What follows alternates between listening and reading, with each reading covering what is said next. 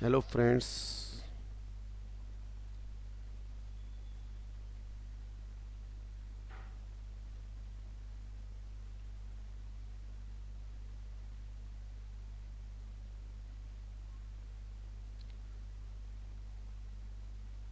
My audio and video clear to all of you? Please let me know. Good evening, sir. Good evening ma'am. Good evening. Hmm, okay और okay. सब ठीक है? हाँ जी ma'am. Okay sir. ठीक है ma'am, thank you.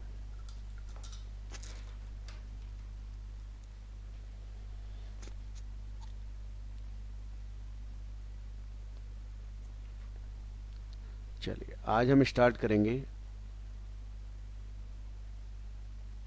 Income from salaries.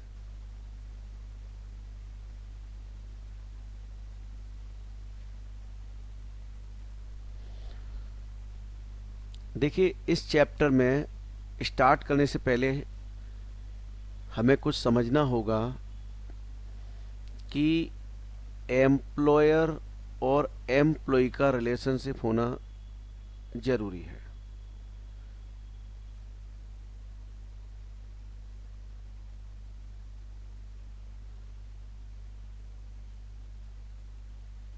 जब तक employer और एम्प्लॉय की रिलेशनशिप नहीं होगी तब तक जो कुछ भी एम्प्लॉय को एम्प्लॉयर से मिलेगा वो सैलरी हेड में टैक्सेबल नहीं होगा।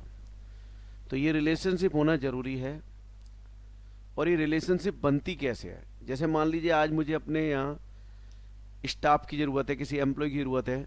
मैंने ऐड निकाला, मैंने अपने एम्प्लॉयज़ से बोला, अपने नोन लोगों से बोला कि भाई किसी बंदे को भेजो मुझे नीड है, या किसी फीमेल स्टाफ को या मेल स्टाफ को भेजो मुझे नीड है। तो मेरे पास वो आया, मैंने इंटरव्यू लिया, और इंटरव्यू लेने के बाद जैसे ही मैंने किसी व्यक्ति को लेटर ऑफ अपॉइंटमेंट दिया, वैसे ही वो मेरा एम्प्लॉय हो गया, मैं उसका एम्प्लॉयर हो गया।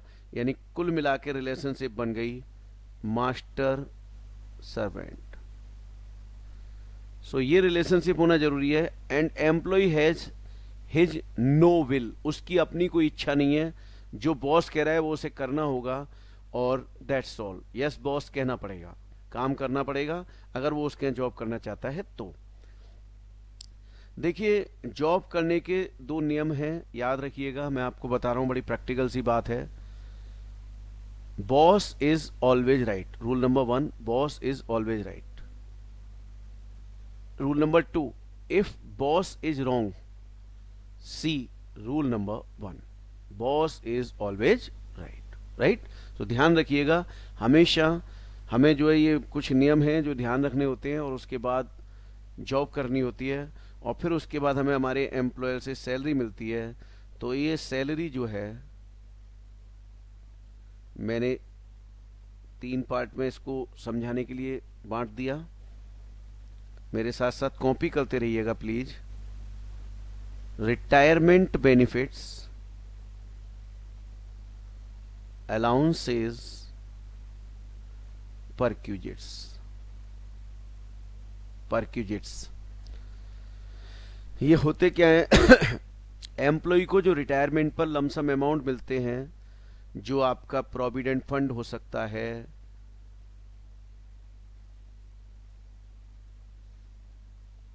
ग्रेचुटी हो सकती है, और कई सारी चीज़ें हो सकती हैं, पेंशन वगैरह हो सकती है।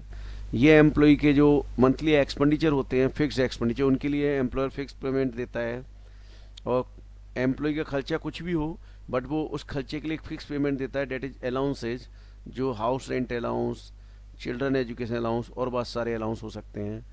और भैया जो इनके अलावा एम्प्लॉय को मिलेगा वो परक्यूजिट होगा। It may be in cash और इन काइंड, इन कैश और इन काइंड।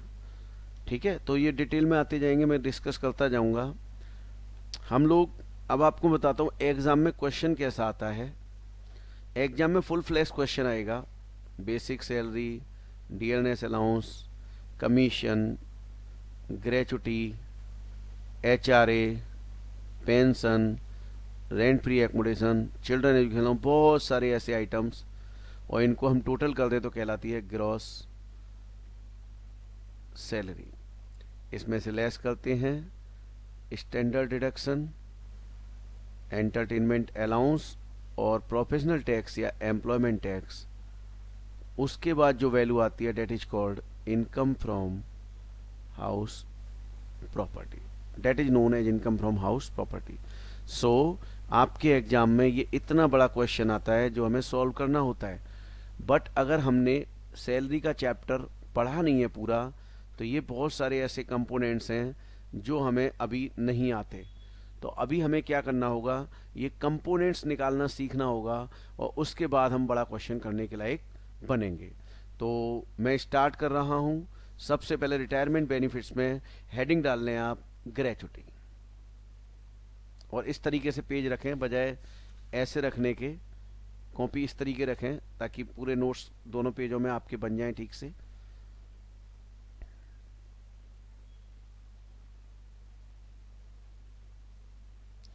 ग्रेचुटी,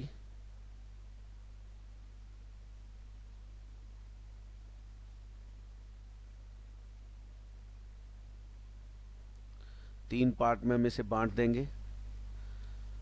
सबसे पहले बात आती है ग्रेचुटी होती क्या है। ग्रेचुटी कोई बताएगा मुझे क्या होती है, जरा बताइए आप लोग, किसी को आइडिया हो तो।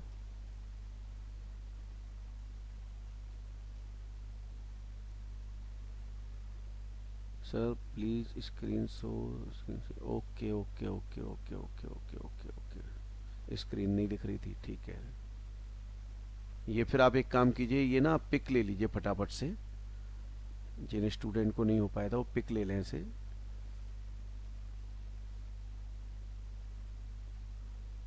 पिक्चर ले लीजिए इनकी फटाफट से, और लेते ही मुझे बता दीजिए कि ले ली हमने पिक्चर।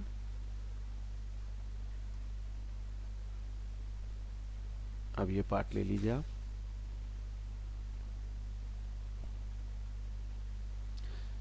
स्क्रीन क्लियर होगी सबको।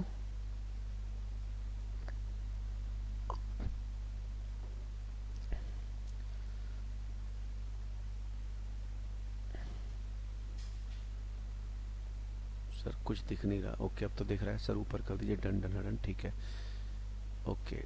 चलिए अब मैं बताना शुरू कर रहा हूं, ध्यान से सुनेंगे आप लोग।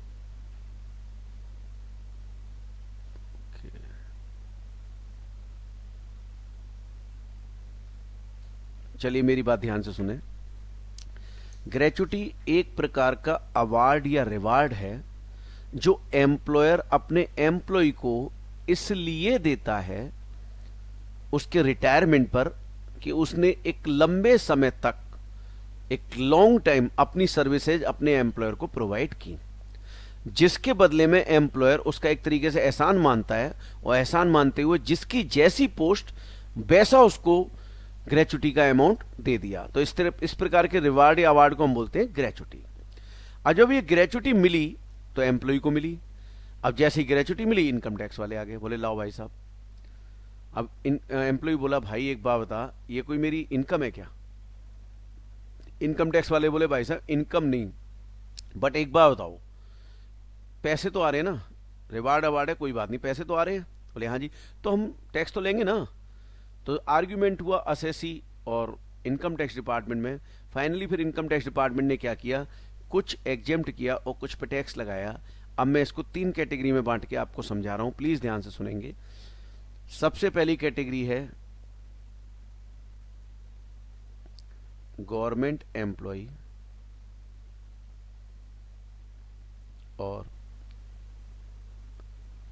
Local authority employees. मेरे साथ साथ लिखते रहिए, मैं एक्सप्लेन कर दूंगा फिर।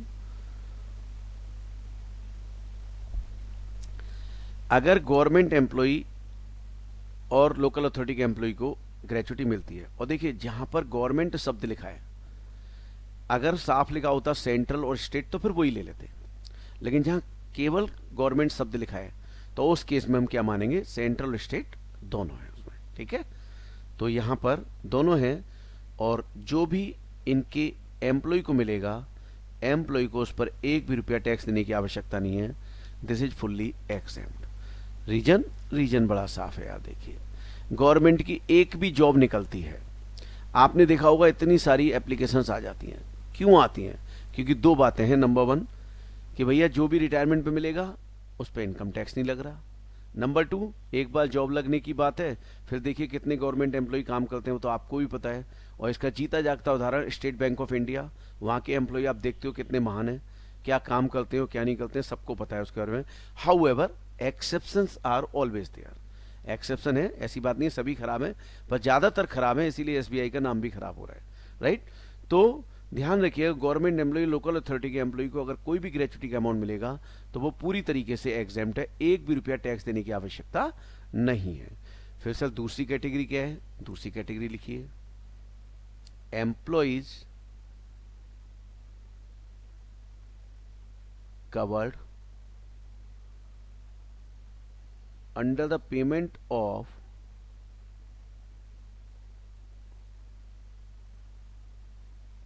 Gratuity act 1972। अब ये क्या है, ध्यान से सुनिएगा। हमारे देश में बहुत सारे लॉ हैं, उनमें से एक लॉ है ग्रेचुटी एक्ट, जो कहता है कि भैया अगर कोई ऑर्गेनाइजेशन में किसी में पिछले 12 महीने में 10 या 10 से ज़्यादा एम्प्लॉय अपॉइंट हो गए हैं तो ऐसे ऑर्गेनाइजेशन पे ग्रेचुटी एक्ट कंपलसरी लगेगा। और फिर यहाँ से कोई भी एम्प्लॉय रिटायर होगा या रिजाइन करेगा या डेथ होगी या डिसेबिलिटी होगी तो एम्प्लॉयर को ऐसे एम्प्लॉय को ग्रेचुटी देनी होगी, ठीक है। अब बात आ रही है रिटायरमेंट पे देनी है, समझ आ रहा है, रिजाइन पर भी देना है, रेजिग्नेशन पे भी देना है। तो फिर तो ऐसा है, आज मैंने जॉब ज्वाइन की, दो महीने 4 महीने बाद मैं रिजाइन कर देता हूँ, तो क्या मुझे तब भी ग्रेचुटी मिलेगी? तो ऐसी स्थिति में गवर्नमेंट बोली कि कम से कम 5 साल की जॉब आपने करनी होगी या उससे ज़्यादा ही करनी होगी, तब आप ग्रेचुटी के लिए दावेदार होंगे। और अगर आपने 5 साल उससे ज़्यादा जॉब कर ली है और फिर भी आपका एम्प्लॉय ग्रेचुटी नहीं दे रहा है तो आप उसके खिलाफ केस फाइल कर सकते हो, सूट फाइल कर सकते हो। बट ये 5 साल वाली कंडीशन डेथ और डिसेबिलिटी के केस में एप्लीकेबल नहीं होती, राइट। अब मान लीजिए कोई एम्प्लॉय गवर्नमेंट या ये नहीं है बल्कि ऐसी जगह से रिटायर हो रहा है जिस पर ग्रेचुटी एक्ट कवर्ड हो रहा है, उस एम्प्लॉयर पर ग्रेचुटी एक्ट लगता है, वो एम्प्लॉय ग्रेचुटी एक्ट में कवर्ड है, और फिर उसके यहाँ से एम्प्लॉय रिटायर हो रहा है। तो अगर उसके यहाँ से एम्प्लॉय रिटायर होगा तो फिर एम्प्लॉय को जो ग्रेचुटी मिलेगी तो गवर्नमेंट पूरी तो एग्जेम्प्ट कर नहीं सकती क्योंकि पूरी तो उसने अपनी कर दी, और अगर यहाँ भी पूरी कर दी तो फिर गवर्नमेंट एम्प्लॉय और अदर्स में डिफरेंस क्या रहेगा, गवर्नमेंट डिफरेंस तो मेंटेन करके रखेगी।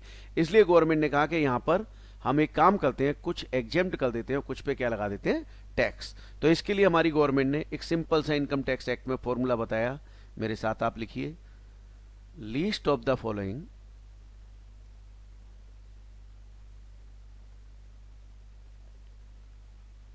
shall be exempt. Number 1, actual amount जो ग्रेचुटी का है received.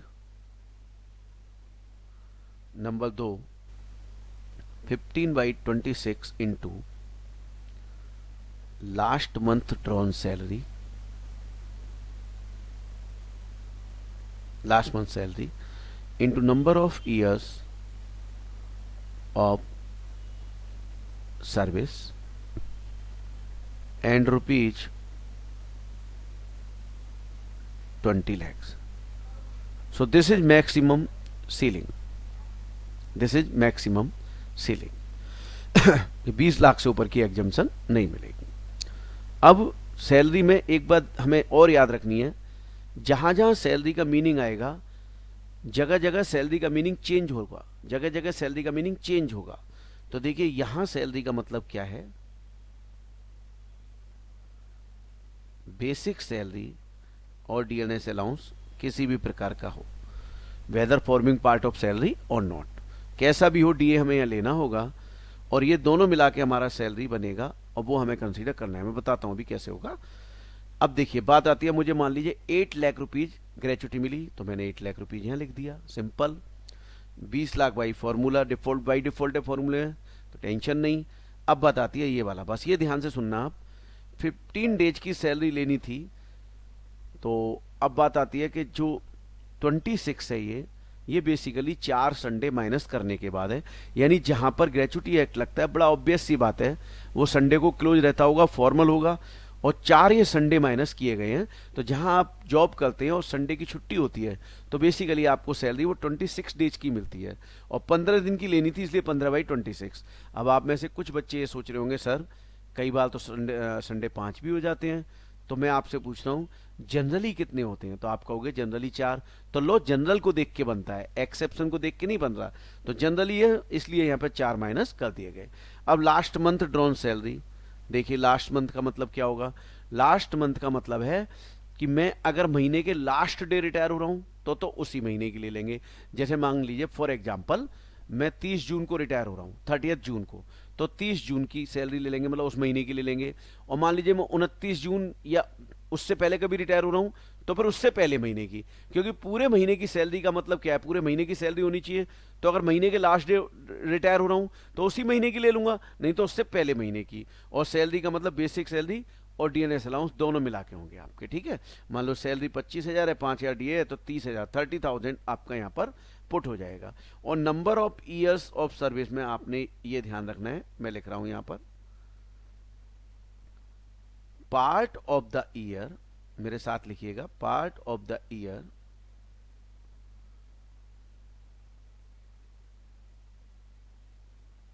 if it is in excess of 6 months, then 1 year. Convert कर दो उसे 1 ईयर में। फॉर एग्जाम्पल मान लीजिए मैंने कहीं 17 ईयर्स 6 मंथ्स जॉब की है, तो यहाँ 17 ईयर्स ही रहेगा, क्योंकि पार्ट ऑफ द ईयर 6 महीने से ऊपर नहीं है। अगर मैंने 17 ईयर्स 6 मंथ और 1 डे जॉब की है, तो इट विल बिकम 18 ईयर्स। तो बताइए, ये पॉइंट एकदम समझ आया जो मैंने समझाया है? कोई डाउट है तो पहले वो पूछिए, नहीं तो एक छोटा सा प्रैक्टिकल फटाफट से कर देंगे इसके ऊपर। बताइए क्लियर है कि नहीं?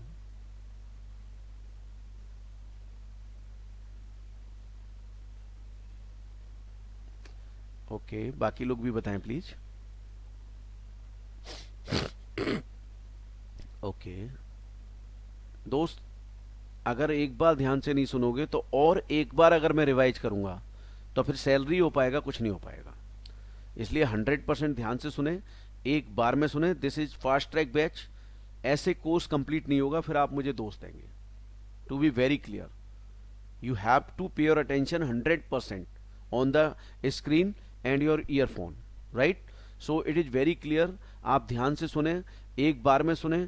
अगर कोई प्रॉब्लम होगी तो मैं बताऊंगा, लेकिन अगर बार बार आप रिपीट करवाएंगे चीजें तो फिर सोच लीजिए सैलरी इतना बड़ा है, बाकी चैप्टरों को फिर मैं कहां से करवाऊंगा आपको। अब आप कहो कि इसे पूरा रिपीट करूं, कैसे पॉसिबल है बताइए? वंस अगेन प्लीज सर, आपने तो लिख दिया, मैं तो कर दूंगा, मुझे कोई दिक्कत नहीं है, पर बार बार ऐसे करवाओगे तो नहीं बनेगी बात। देखिए इसमें कुछ नहीं है, जितना अमाउंट मिला वो फर्स्ट पॉइंट में आ गया। मैक्सिमम लिमिट 20 लैक्स है। आपने 15/26, this is by default in formula, last month salary में बेसिक सैलरी और डीए टोटल कर देना है एक महीने का पूरा।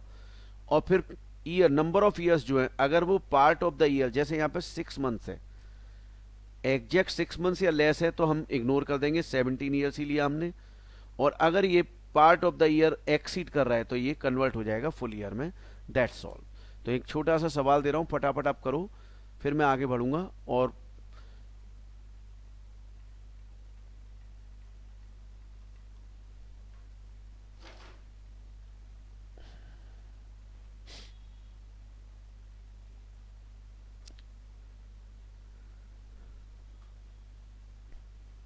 देखिए मिसेज मीनाक्षी वाला क्वेश्चन फटाफट से करो, फटाफट।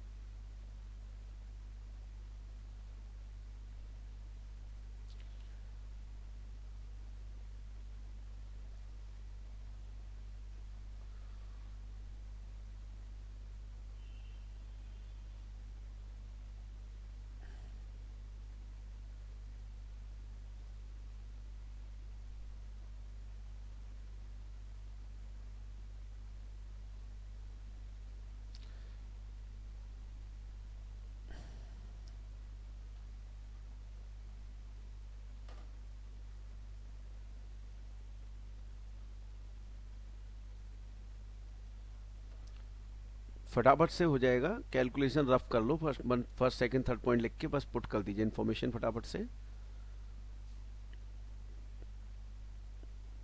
चलिए मैं करवा देता हूं। देखिए एक्चुअल अमाउंट कितना रिसीव हुआ है, 6 लाख, ठीक है। मैक्सिमम 20 लाख, तो पहला और तीसरा पॉइंट तो क्लियर है। दूसरे पॉइंट में हमें करना है 15/26 इंटू, देखो 10,000 सैलरी और 1000 डीए 11, तो 11,000 15/26 इंटू 11,000 इंटू 19 ईयर्स 9 मंथ्स, यानी ये 9 महीने जो है वो 6 महीने से ऊपर है, इसका मतलब it will be converted into 20 months. तो मैं फटाफट से इसे सॉल्व करके दिखा रहा हूं आपको।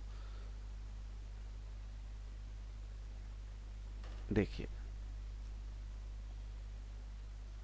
अमाउंट मिला 6 lakh and this is 15/26 into 11,000 into 20। ये जरा बता दें मुझे कितना आ रहा है। फर्स्ट पॉइंट ये हो गया, सेकंड ये हो गया, और थर्ड ₹20 लाख है। सो तीनों में जो लोअर होगा वो हम एग्जेम्प्ट कर देंगे। तो जरा बता दीजिए कितना आ रहा है सॉल्व करके। 126,923, वेरी गुड, 126,923। सो एग्जेम्प्ट अमाउंट जो है 126,923 और टैक्सेबल है 473, यानी 6 लाख जो मिला उसमें से जो लोअर है तीनों में वो हमने माइनस कर दिया, जो एग्जाम था, तो बचा हुआ टैक्सेबल हो गया एंड दैट इज। तो I think this is very clear to all of you. Please बताएं मुझे एकदम समझ आया ये।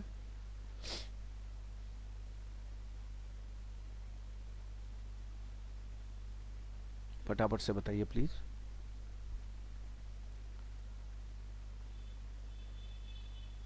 चलिए अब सुने मेरी बात आगे ध्यान से, बहुत ध्यान से। इसी में अगर मान लीजिए हमारा सीजनल एम्प्लॉयमेंट का क्वेश्चन होता, सीजनल एम्प्लॉयमेंट का, ध्यान से सुनना, प्रैक्टिकल नहीं कराऊंगा इसके ऊपर, इसलिए ध्यान से सुनना। तो क्वेश्चन में हमें दो बातें बस चेंज करनी होंगी सॉल्यूशन में।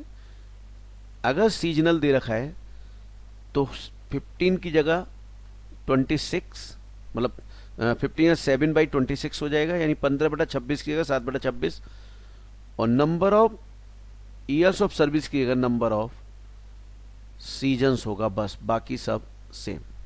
Seasons, number of seasons, right, number of seasons, बस बाकी सब सेम, दैट्स ऑल, क्लियर। और यही अगर पीस रेटेड होता तो सीजनल में तो यही सब कुछ होता, बस यहां पर एवरेज सैलरी आती लास्ट 3 मंथ्स की। अगर पीस रेटेड होता, हालांकि आज तक एग्जाम में पूछा नहीं है, पीस रेटेड होता तो यहाँ एवरेज सैलरी लास्ट 3 मंथ्स की हम कर देते, बाकी ये सही रहता। मतलब सीजनल है तो 7/26 और नंबर ऑफ सीजन्स। और अगर ऑर्डिनरी क्वेश्चन होता, पीस रेटेड में ऑर्डिनरी क्वेश्चन होता, तो 15/26 into average salary of last 3 month into number of years of service. और अगर यही आपका सीजनल एम्प्लॉयमेंट वाला होता तो 7/26 into average salary into number of seasons. So I think this is clear. अगर कोई डाउट है तो यहाँ पूछ सकते हैं आप मुझसे, प्लीज बताएं। हाँ, सैलरी का मीनिंग सेम रहेगा, बिल्कुल ठीक बोला है शुभांशु, यू आर राइट, बिल्कुल ठीक। और कोई डाउट है तो बताइए प्लीज। चलिए ओके, अब मैं चलता हूं थर्ड कैटेगरी। थर्ड का मतलब अदर्स, यहां आप लिख लेंगे अदर्स। अदर्स का मतलब जो यहां पर नहीं आए, यानी गवर्नमेंट में नहीं थे, और जो यहां भी कवर नहीं, यानी अदर्स भी कह सकते हैं। और हम ये भी कह सकते हैं not covered under payment of gratuity act 1972, हम ये भी कह सकते हैं। दोनों बातें हमारी सही है। चलिए, तो अगर अदर्स है, अब एक बताइए, किसी एम्प्लॉयर के ऊपर ग्रेचुटी एक्ट नहीं लग रहा, ग्रेचुटी एक्ट नहीं लग रहा, और फिर भी अपने एम्प्लॉय को ग्रेचुटी दे रहा है, तो ये तो पुण्य का काम कर रहा है, अच्छा काम कर रहा है। तो हमारी गवर्नमेंट बोली कोई बात नहीं, जब तू ग्रेचुटी ना तेरे ऊपर एप्लीकेबल होते हुए अपने एम्प्लॉय को दे रहा है, तो चल हम भी क्या करेंगे, हम भी उनको जो ग्रेचुटी मिलेगी उसमें से कुछ एग्जेम्प्ट कर देंगे। तो ये कैटेगरी या तो क्वेश्चन में कुछ नहीं लिखा होगा या नोट कवर्ड लिखा होगा, तो हमें ये कैटेगरी फॉलो करनी होगी। मैं फिर रिपीट कर रहा हूं कि या तो कुछ नहीं लिखा होगा तो भी नोट कवर्ड मानेंगे, और नोट कवर्ड लिखा है तो भी, जब तक कवर्ड नहीं लिखा होगा हम उसे कवर्ड नहीं मानेंगे। चलिए अगर ये वाला एम्प्लॉय होता तो कैसे करते, तो यहाँ फॉर्मूला लगता आपका least of the following shall be exempt, लिखते रहिए मेरे साथ।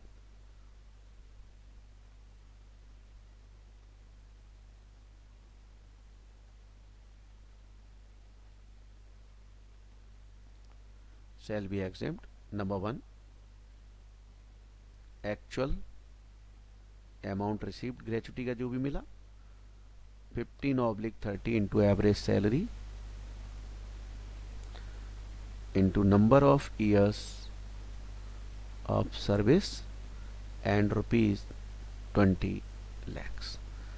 यहां सैलरी का मीनिंग थोड़ा चेंज है।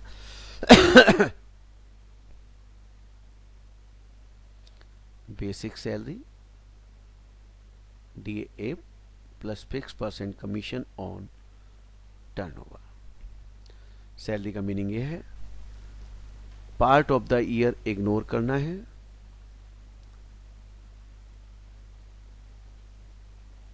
कितना भी हो इग्नोर कर देंगे।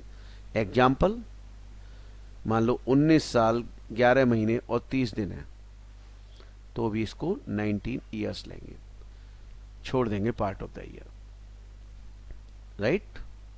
अब आप सोच रहे होंगे सर एक दिन रह गया तब भी छोड़ दिया, इसका क्या लॉजिक हो सकता है, कोई बताएगा मुझे क्या लॉजिक हो सकता है इसका, कि यहां पर 6 महीने से ऊपर का इग्नोर कर दिया, बताइए क्या लॉजिक हो सकता है।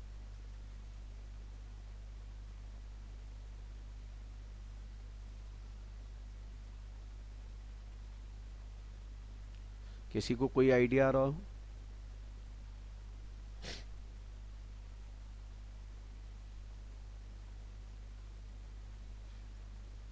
हाँ 15/30 लिखा है मैंने दोस्त, 15/30 डेज ही लिखा है ना। Okay, no idea sir, government servant के लिए थोड़ी है एडिशनल बेनिफिट है ये, बिकॉज यहाँ संडे इंक्लूडेड है। ओके चलिए ध्यान से बताता हूँ। देखिए संडे, देखो 15/30 अगर ये किया गया है तो इट इज वेरी क्लियर कि संडे को भी ओपन हो रहा है, इसका मतलब इनफॉर्मल है। तो हम ये मान के चलते हैं कई बार कि रिकॉर्ड साइड मेंटेन नहीं होते। आज मैं आपसे पूछूं कि भाई आपकी क्या एज है, तो आप क्या बोलोगे, 18 ईयर्स, 19 ईयर्स, या आप ऐसे बोलोगे sir 18 years 7 months 23 days 12 hours, ऐसे बताओगे क्या? नहीं, ऐसे नहीं कोई बताता, ठीक है, ऐसे नहीं बताते। एक किसी भी बात को पूरे पूरे ईयर्स में बताते। आज मुझसे कोई पूछे सर आपको कितना साल हो गया पढ़ाते हुए, मैं कहूँगा 21 साल हो गया, ये थोड़ा 21 साल 4 महीने 6 दिन ऐसे थोड़ा बताया जाता है। तो इसी प्रकार से जब इनफॉर्मल चीजें होती हैं तो वहां पर ईयर्स में लोग याद रखते हैं, इसलिए उन्होंने part of the year ignore कर दिया, वो कंसीडर किया केवल जो कंप्लीटेड ईयर है। अब बात आती है यहाँ DA इफ लिखा हुआ है। इफ शब्द बेसिकली एक्ट में नहीं है, ये मैंने अपनी सुविधा के लिए इफ शब्द यूज कर लिया है। अब ये इफ का मतलब क्या है मैं वो बता रहा हूं। चलिए आपको बुक में ले चलता हूं अपनी में, और वहां बताऊंगा इफ का मतलब क्या है। देखिए ये मैंने इफ का मतलब यहां पर दिया हुआ है, ये DA इफ इंक्लूड्स, अगर forming part of salary for retirement benefits under terms and conditions of the employment और DNS पे, इन चारों में से कुछ भी लिखा हुआ है तो वो पार्ट आपका क्या माना जाएगा, DA if. I repeat, forming part of salary, retirement benefits under terms and conditions of the employment और DNS पे, चारों में से कुछ भी लिखा हुआ है तो उतना पार्ट आपका माना जाएगा DA इफ। अब मैं एक एग्जाम्पल के तौर पर आपको यहां पर समझा देता हूं। जैसे मान लीजिए क्वेश्चन में लिखा हुआ है DA, ये देखिए DA 1000 पर मंथ और ब्रैकेट में लिखा हुआ है 70% फॉर रिटायरमेंट बेनिफिट्स, तो 70% कितना हुआ, 700 रुपया, तो ये कहलाएगा DA इफ, राइट। तो बेसिक सैलरी ले लूंगा प्लस उसमें 700 ये ऐड कर दूंगा जितना DA इफ है। और कमीशन, ध्यान से सुनना मेरी बात प्लीज, कमीशन अगर सीधा रुपीज में दिया हुआ है तो नहीं लेंगे आप, लेकिन अगर परसेंटेज में है तो उसे कैलकुलेट करके जितने रुपए आएंगे वो आप ऐड कर लेंगे। और ऐसा काम कितने महीने का करेंगे, लास्ट 10 मंथ्स। एवरेज सैलरी लिखी हुई है लास्ट 10 मंथ्स, लास्ट 10 मंथ्स की हम एवरेज सैलरी लेंगे, लास्ट 10 मंथ्स की एवरेज सैलरी। जिस महीने रिटायर हुए उसी महीने से पिछले 10 महीनों में चले जाइए, और अगर लास्ट डे नहीं रिटायर हुए, लास्ट डे के अलावा रिटायर हुए, तो उससे पहले 10 महीनों में, और उन 10 महीनों का बेसिक सैलरी, डीएफ और कमीशन, ये तीनों जोड़ दीजिए और डिवाइड बाई 10 कर दीजिए, तो आपकी एवरेज सैलरी आ जाएगी, और वो एवरेज सैलरी आपने यहां पर पुट कर देनी है।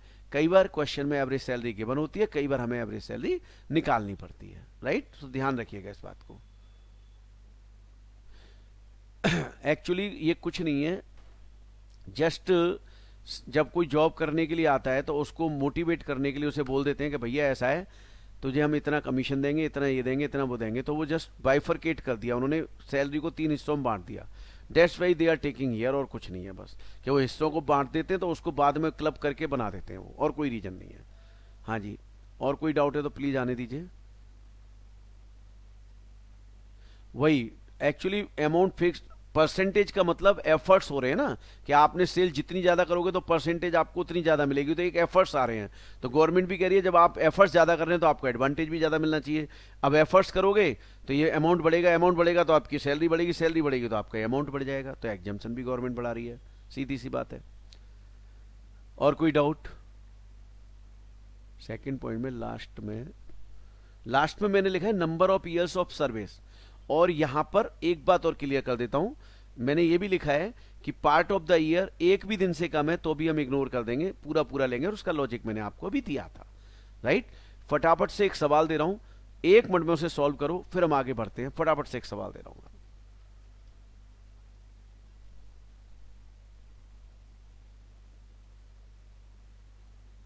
ये वाला क्वेश्चन ट्राई करें आप। ये पहले ए पार्ट ट्राई करें, फिर बी में बताऊंगा। ए पार्ट ट्राई कीजिए आप, ए पार्ट।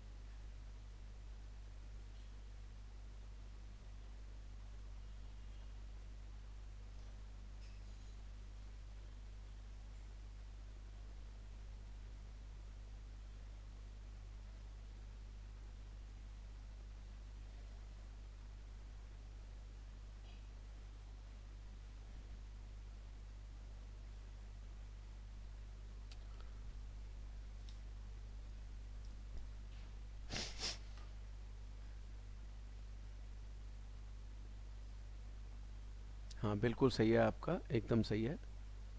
बाकी लोग भी फटाफट लिखें।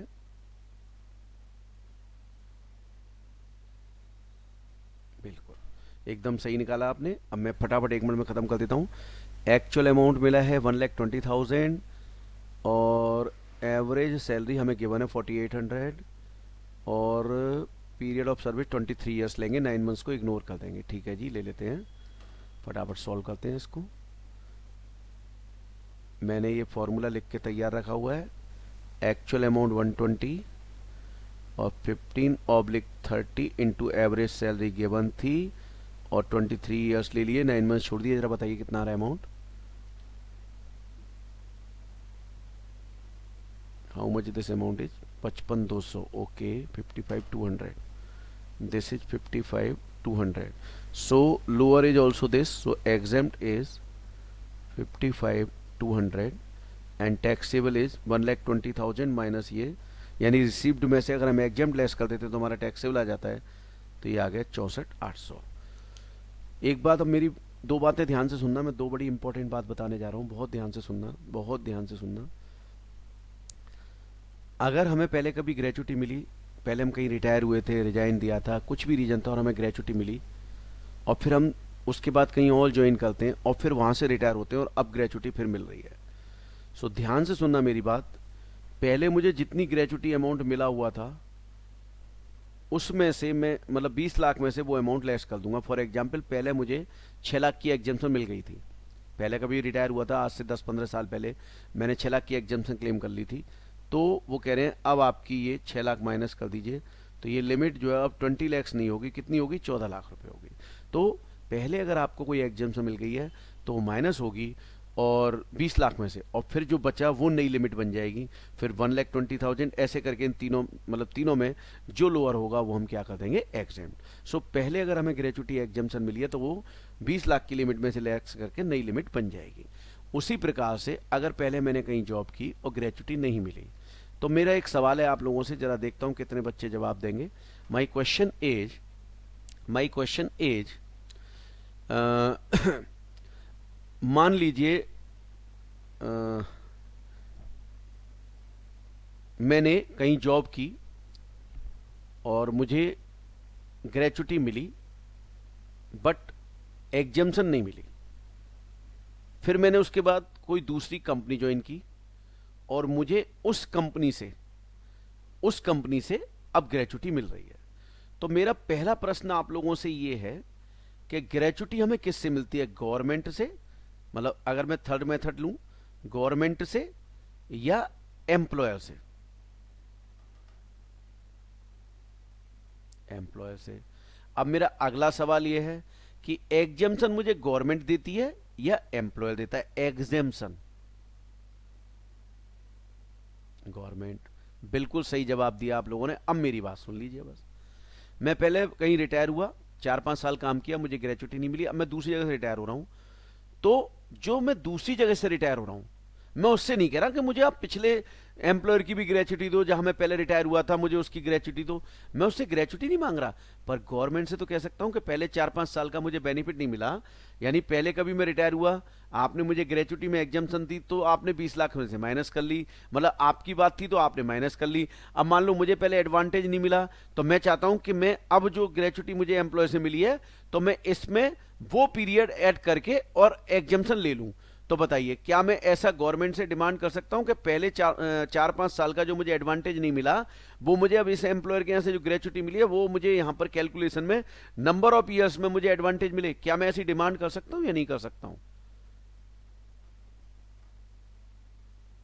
बिल्कुल कर सकता हूं, और इसके लिए मुझे एग्जेम्पशन भी मिलेगी। और देखिए उस केस में अब क्या होगा, देखिए इसके ऊपर एक केस लॉ डिसाइडेड है, वो मैं आपके साथ डिस्कस कर रहा हूं। ये क्या, ये देखिए सीआईटी वर्सेस पीएम मेरा में डिसाइड हुआ था कि भैया अगर आप पहले कहीं से रिटायर हुए और वहां के नंबर ऑफ ईयर्स का एडवांटेज आपको नहीं मिला, तो गवर्नमेंट कह रही है कोई बात नहीं, आप एक काम कर लीजिए, आप ये जो नंबर ऑफ ईयर्स हैं आपके ये वाले, इन्हें आप 23 जो है इसमें जितने साल का बेनिफिट पहले नहीं मिला ऐड करके और फिर आप एग्जाम्पशन क्लेम कर लें। तो देखिए मैंने एक क्वेश्चन दिया हुआ है यही वाला, अब इसका बी पार्ट आप देखेंगे, बी पार्ट देखेंगे, देखिए ये जो बी पार्ट है ये वाला दिख रहा है ना आप लोगों को। अब ये वाला ट्राई कर लो, आंसर आ जाएगा, फटाफट ट्राई करो आप लोग। जितने साल का बेनिफिट नहीं मिला अब बेनिफिट ले लिया जाएगा।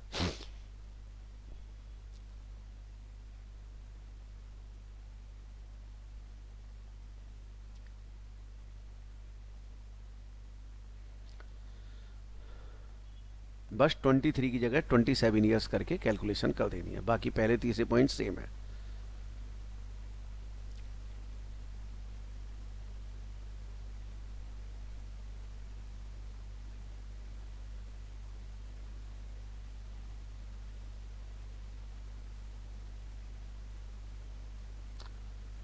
बस तो ये मेरे ख्याल में 64,800 आ गया, जो दूसरा अमाउंट है आपका वो 64,800 आ गया ये वाला, तो टैक्सेबल 55,200, डेट्स ऑल। ठीक है, अब एक सवाल मैं आपसे और पूछूंगा, अगर मान लो मैं पहले कभी रिटायर हुआ किसी कंपनी से, किसी और एम्प्लॉयर के यहाँ से, तो आप लोगों ने बोला कि सर 20 लाख में से वो अमाउंट लेस कर दो और नई लिमिट निकल आएगी, तो वो लेस करने के बाद जो अमाउंट आएगा वो नई लिमिट हो गई। फॉर एग्जांपल पहले कहीं से रिटायर हुए थे, वहाँ हमने 6 लाख रुपए की एग्जाम्पशन ले ली थी, तो नई लिमिट अब 14 लाख रुपए हो गई। बिल्कुल ठीक है जी। लेकिन अगर मान लीजिए मैं एट ए टाइम 2 जगह जॉब करता हूँ, सुबह 7 से लेकर 2 बजे तक एक जगह और 3 to 10 एक जगह, और एक ही साल में मैं दोनों जगह से रिटायर हो गया, एक ही साल में दोनों जगह से रिटायर हो गया। अब बताइए उस केस में पहला पहला दोनों का पता होगा, दूसरा दूसरा दोनों का पता होगा, तीसरा 20 लाख में कहाँ लेके आऊं, इस वाली कंपनी में या इस वाली कंपनी में, कैसे सॉल्व करूं, जरा बताइए, कुछ आइडिया हो तो बताइए।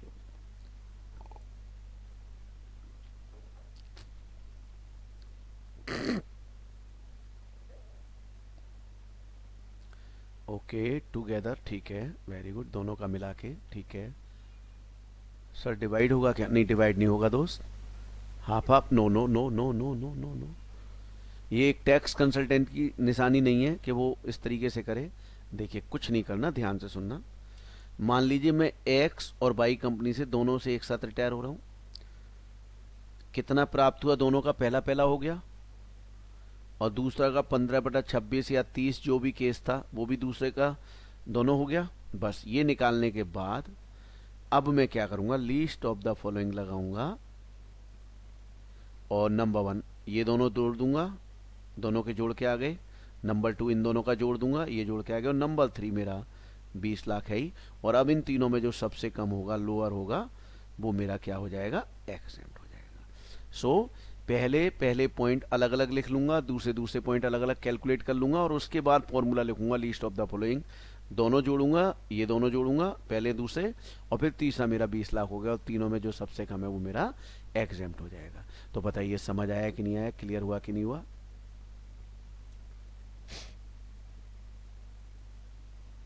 देखिए अब आगे सुनिए मेरी बात। LIC का जो एजेंट होता है वो LIC का एम्प्लॉय नहीं होता। अगर LIC के एजेंट को अगर कोई ग्रेचुटी LIC देगी तो उसके लिए कोई प्रोविजन नहीं है, वो LIC के एजेंट के हैंड में IUS में टैक्सेबल होगा, दैट्स ऑल। ठीक है, होगा and then not under cover company then. तो जो लास्ट वाला है, जैसे आप कह रहे हो पहला कवर था दूसरा अनकवर्ड हो रहा है, तो जो जो लास्ट में रिटायर हो रहा है वहां पर इस चीज को करना है, और पहले वाले में तो एलिजिबल ही नहीं था तो उसकी बात नहीं बनेगी, तो ये दूसरे वाले पे ही लगेगी, ये बात ध्यान रखिएगा, दूसरे वाले पर, नॉट कवर्ड पे। ठीक है, अभी इसी ने पूछा था तो मैं बता देता हूँ, नॉट कवर्ड पे लगेगा। ओके चलिए अब सुने मेरी बात। LIC का अगर एजेंट है जो LIC करता है लोगों को और उसे ग्रेचुटी मिलती है, तो वो यहाँ कोई प्रोविजन एप्लीकेबल नहीं है, क्योंकि एम्प्लॉयर एम्प्लॉय का रिलेशनशिप नहीं है, वो ग्रेचुटी उसके एंड में 100% टैक्सेबल हो जाएगी IUS में। चलिए सर अगला सवाल सुने, ध्यान सुनना, बहुत सारे पॉइंट है जो मैं आपके साथ डिस्कस कर रहा हूँ, ध्यान से सुनना। ड्यूरिंग सर्विस अगर कोई भी एम्प्लॉयर एम्प्लॉय को ग्रेचुटी देगा, यानी एम्प्लॉय अपने एम्प्लॉयर से ग्रेचुटी प्राप्त करता है during service, eight the time of retirement नहीं, तो ये फुल्ली टैक्सेबल है, आपका कोई फॉर्मूला कुछ काम नहीं आएगा, ध्यान रखना। Eight the time of retirement है तो ये जो फॉर्मूले मैंने आपको बताए थे एप्लीकेबल होंगे, ड्यूरिंग सर्विस फुल्ली टैक्सेबल। और लास्ट पॉइंट क्या है वो भी सुन लें आप। लास्ट पॉइंट ये है कि अगर मान लीजिए मेरी रिटायरमेंट कल है और आज मेरी डेथ हो जाती है, यानी रिटायरमेंट से पहले, तो मेरी जो भी ग्रेचुटी है वो मेरे सामने ड्यू नहीं हुई, पर ये ग्रेचुटी मेरे लीगल हेयर्स को मिलेगी, फुल्ली एग्जेम्प्ट है, कोई टैक्सेबिलिटी नहीं है। बट अगर मेरी रिटायरमेंट कल है तो कल जैसे ही मैं रिटायर होऊंगा मेरी ग्रेचुटी ड्यू हो जाएगी, और 2 महीने बाद मुझे ग्रेचुटी मिलनी थी, मिलने से पहले मेरी डेथ हो जाती है, तो उस केस में क्या होगा, ध्यान से सुनना, बहुत ध्यान से सुनना। कल मैं रिटायर हो गया, मेरी ग्रेचुटी ड्यू हो गई, 2 महीने बाद मुझे ग्रेचुटी मिलनी थी, मिलने से पहले मेरी डेथ हो गई, मैं एम्प्लॉय हूं, तो उस स्थिति में मेरी ग्रेचुटी मेरी फैमिली को मिलेगी। तो इनकम टैक्स डिपार्टमेंट कहता है कि बिल्कुल वैसे ही एग्जाम्पशन निकालेंगे जैसे अभी मैंने आपको निकलवाना सिखाया था, ये सब एग्जाम्पशन के क्वेश्चन सॉल्व किए थे ना, ये हमने, ये सब ऐसे ही निकालेंगे एग्जाम्पशन, राइट। और फिर ये जो अमाउंट जैसे आया था, मान लो 4,73,77 या फिर ये आया था आपका दूसरा अमाउंट था ना, ये कहाँ गया, 64,800, ऐसे जो अमाउंट आएंगे, अगर एम्प्लॉय जीवित होता तो इस पर टैक्स देता, तो गवर्नमेंट कह रही है इस पर अब एम्प्लॉय के लीगल हेयर्स टैक्स देंगे, बट हेड चेंज हो जाएगा, क्योंकि एम्प्लॉयर और एम्प्लॉय के बीच एम्प्लॉय और एम्प्लॉयर का रिलेशनशिप नहीं है। तो इस 64,800 पर एम्प्लॉय के एंड में क्या हो जाए, एम्प्लॉय की लीगल हेयर्स के एंड में क्या होगा, taxable under the head IUS। I repeat, फिर से बोल रहा हूं, ध्यान से सुनना। अगर मेरी कल रिटायरमेंट है और आज ही डेथ हो गई, तो सारी की सारी ग्रेचुटी एग्जेम्प्ट है, कोई टैक्सेबिलिटी नहीं होगी। मेरे लीगल ईयर्स टैक्स फ्री रहेंगे। बट मेरी रिटायरमेंट कल है और मेरे को जैसे ही कल रिटायरमेंट होगा वैसे मेरी ग्रेचुटी ड्यू हो जाएगी। 2 महीने बाद मुझे ग्रेचुटी मिलनी थी, उससे पहले ही मेरी डेथ हो गई, तो अब ये ग्रेचुटी मेरे लीगल ईयर्स को मिलेगी। तो गवर्नमेंट कह रही है कि जितना एग्जेम्पशन एम्प्लॉय को मिलना था वही एग्जेम्पशन हम लीगल ईयर्स को दे देंगे। तो जो टैक्सेबल पार्ट एम्प्लॉय के हैंड में होना था उसी टैक्सेबल पार्ट पर हम टैक्स लीगल ईयर से लेंगे, बस हेड चेंज हो जाएगा जिसका नाम होगा IOS। बताइए एकदम क्लियर है या नहीं? फटाफट बताएं प्लीज। यस, फॉर ऑल, सबके लिए, सबके लिए, गवर्नमेंट एम्प्लॉय चाहे था। गवर्नमेंट का तो वैसे ही एग्जेम्प्ट है, जीते जी भी एग्जेम्प्ट है, आपको पता ही है बात। तो चलिए अब मैं अगला टॉपिक ले रहा हूं।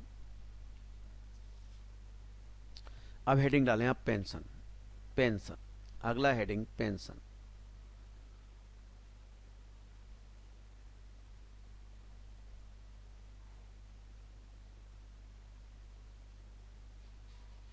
पेंशन, अब ये पेंशन क्या है? सिंपल शब्दों में, एम्प्लॉय जब रिटायर हो जाता है एक एज के बाद, हमारे यहाँ 60 ईयर्स के बाद रिटायर कर देते हैं। रिटायर इसलिए करते हैं क्योंकि हाथ पैरों में वाइब्रेशन आ जाता है, एफिशिएंसी कम हो जाती है, काम नहीं होता है। आपने बुजुर्गों को देखा होगा, वो रोड पे चलते हैं तो बड़े धीमे धीमे चल रहे होते हैं। क्यों? क्योंकि उनके शरीर में एफिशिएंसी नहीं रहती है, राइट। तो ऐसी केस में एम्प्लॉयर क्या करता है, जब एम्प्लॉय रिटायर हो जाता है तो उसे पर मंथ, अब मान लो सैलरी ₹1,00,000 देता था तो पर मंथ पेंशन ₹20,000 महीने दे देगा, ताकि उसके बुढ़ापे के खर्चे चल सकें। और ये एक मानवता के नाते, ह्यूमैनिटी के नाते दिया जाता है, बीइंग ह्यूमन, कि भैया सामने वाले के लिए कुछ हमें करना चाहिए, उसने हमारे को अपनी लाइफ के इतने गोल्डन ईयर्स दिए, तो हमारा फर्ज बनता है कि हम भी उसके लिए कुछ करें। तो अब ये जो पेंशन है, मान लीजिए मेरी पेंशन फिक्स हुई ₹20,000 महीना। अब मेरी पेंशन अगर ₹20,000 महीने फिक्स हुई तो इसके साथ क्या क्या हो सकता है, प्लीज ध्यान से सुनना। सीधा मैं यहाँ एग्जाम्पल में ही समझा के चला जाऊंगा, तो ध्यान से सुनना एक एक बात, क्योंकि हर चीज का प्रैक्टिकल पॉसिबल नहीं है। तो ध्यान से सुनना, एग्जाम्पल लूंगा प्रैक्टिकल के तौर पे, प्लीज ध्यान से सुने। 2 तरीके की पेंशन होती है जी, एक अनकम्यूटेड, मेरे साथ साथ लिखिए प्लीज, और एक कम्यूटेड पेंशन। कम्यूटेड पेंशन, चलिए साहब, अब मैं पहले एक एग्जांपल ले रहा हूं, उससे समझा रहा हूं। मान लीजिए एम्प्लॉय रिटायर हुआ,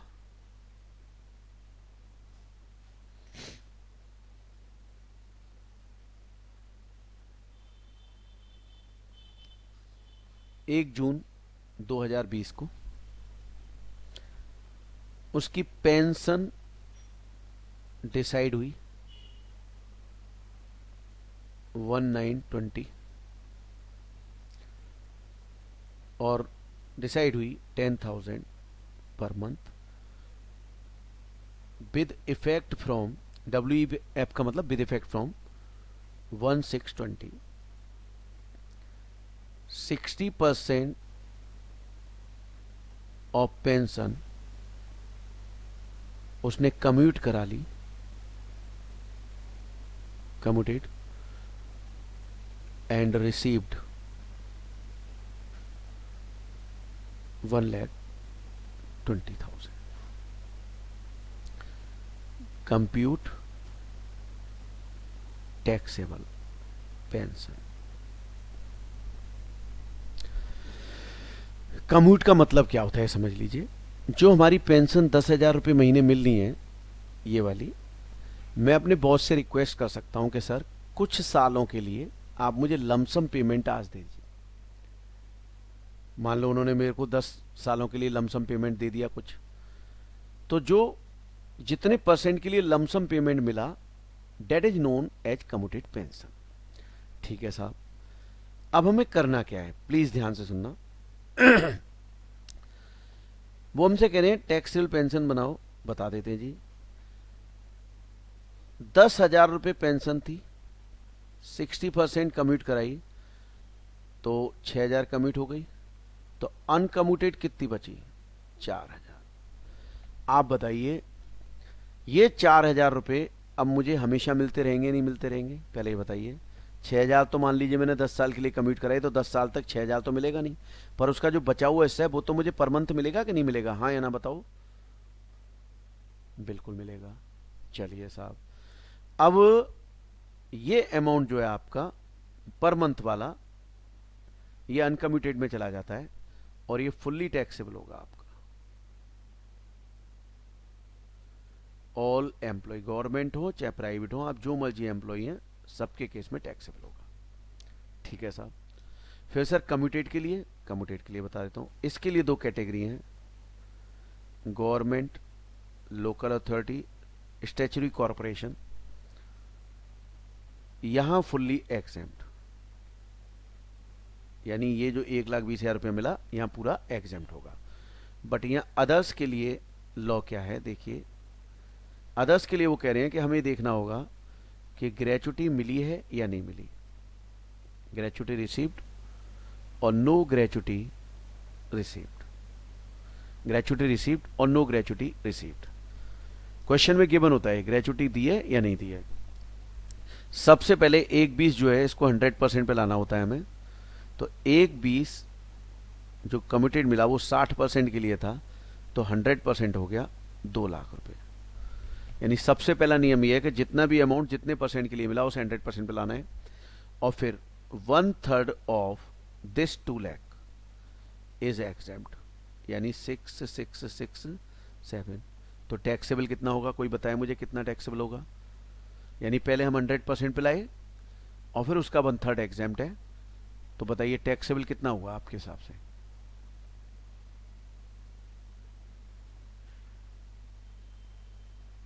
नहीं ये नहीं लेना इश्ता, मैं पूरा बता रहा हूं, आप ध्यान से सुनो पहले।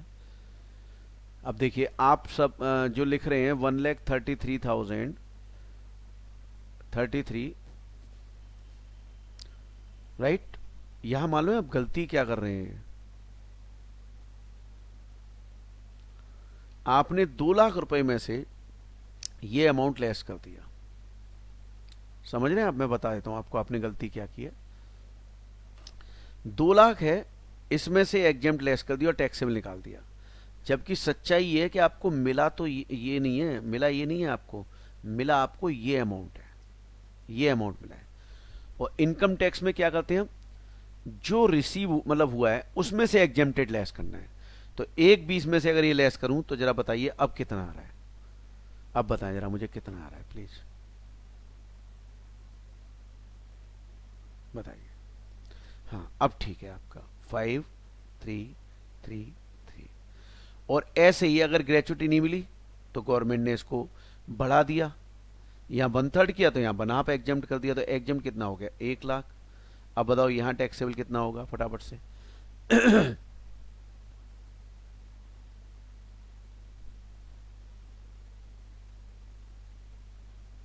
20,000, बिल्कुल ठीक बोला आपने, 20,000, क्योंकि 1/20 में से 1 लाख एग्जेम्प्ट हो गया 20,000। तो ग्रेचुटी अगर मिली तो टैक्सेबल ये है, ग्रेचुटी नहीं मिली तो टैक्सेबल ये है। लेकिन हमसे उन्होंने पूछा कंप्यूट टैक्सेबल पेंशन, तो हम सिर्फ कम्यूटेड पेंशन थोड़ा बताएंगे, हम तो वो सारी बताएंगे जो प्रीवियस ईयर में पेंशन टैक्सेबल होगी। अब ध्यान से सुनना, गलती यहां होती है स्टूडेंट से, इसलिए मुझे ध्यान से आप लोग सुनेंगे, बहुत ध्यान से सुनेंगे, पूरी अटेंशन आपकी मेरे ऊपर होनी चाहिए इस समय। ध्यान से सुनना मैं क्या लिखने जा रहा हूं। देखिए हमने 2 ऐसे करके पार्ट में बांटा, ध्यान से देखिएगा प्लीज। एक ग्रेचुटी रिसीव्ड, दूसरा नो ग्रेचुटी रिसीव्ड। अब सबसे पहले मैं एक काम करता हूं, कम्यूटेड टैक्सेबल पार्ट डाल देता हूं, जरा देखना ग्रेचुटी में कम्यूटेड कितना था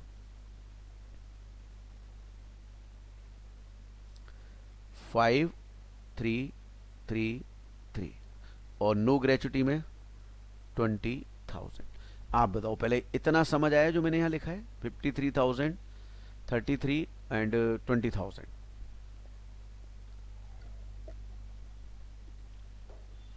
ठीक है, सब लोग लिखा करें प्लीज। यहां तक क्लियर है सबको।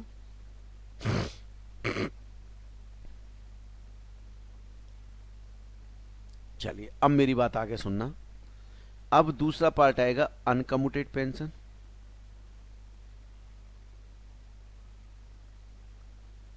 जरा प्लीज ध्यान से देखना,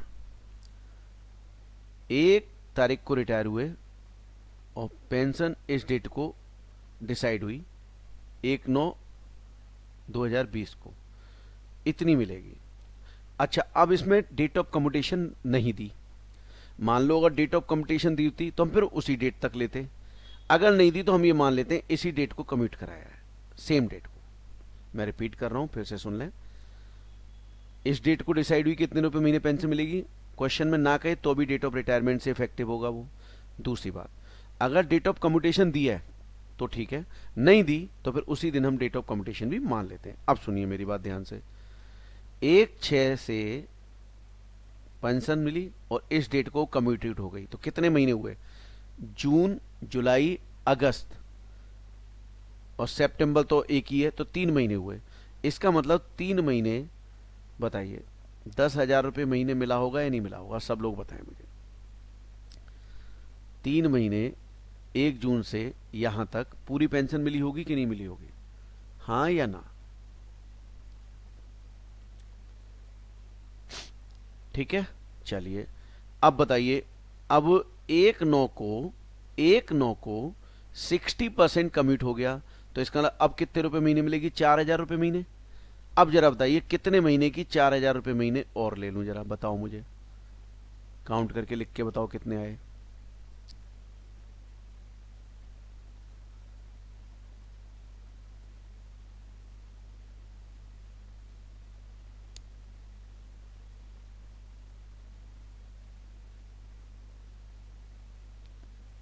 देखिए 1/9 से गिनना है तो सितंबर का महीना, अक्टूबर, नवंबर, दिसंबर, 4 महीने हो गए, और फिर जनवरी, फरवरी, मार्च, 3, 7 महीने बन रहे हैं, तो 7 महीने की ये हो गई।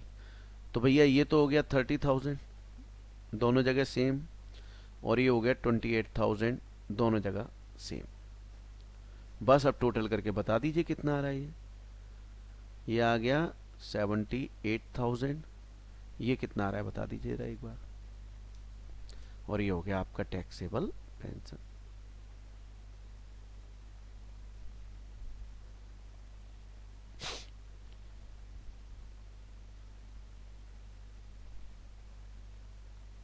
एक 1,11,333। तो बताइए पेंशन भी सबको समझ आई या नहीं, फटाफट बताएं मुझे, फिर हम अगले टॉपिक पे चलेंगे।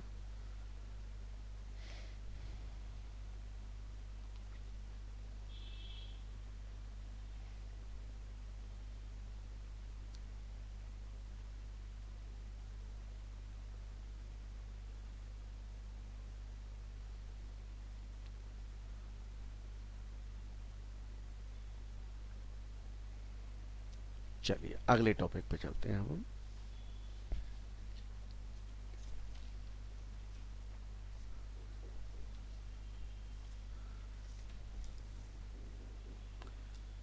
हेडिंग डालिए लीव सैलरी। लीव सैलरी,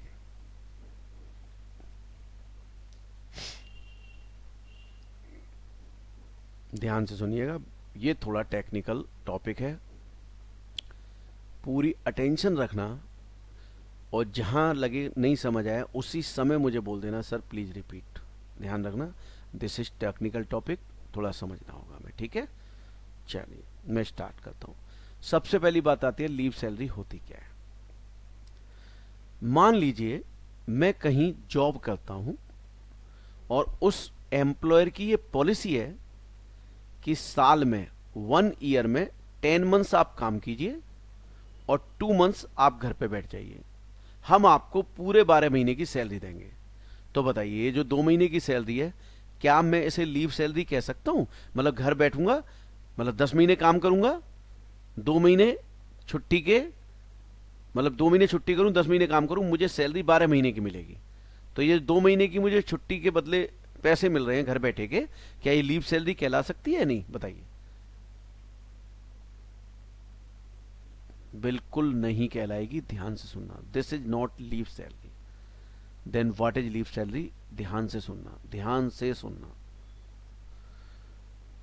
मेरे बॉस ने मुझसे कहा कि तू 10 महीने ऑफिस आ, 2 महीने घर बैठ, और मैं तुझे 12 महीने की सैलरी दूंगा। मैंने कहा ओके सर। अब जब 2 महीने छुट्टी करने की बात आई तो मैं अपने बॉस से बोला सर घर में टाइम पास नहीं होता सर, घर में मन नहीं लगता सर, तो क्या मैं ऑफिस आके काम कर लूँ?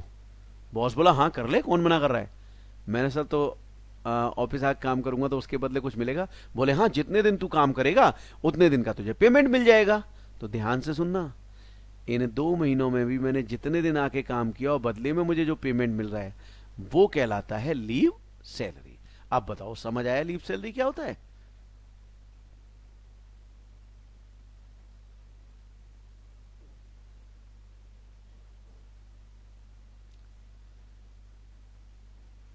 इसी तरह दोबारा सुनो, मेरे बॉस ने मुझसे कहा कि 1 साल में 10 महीने,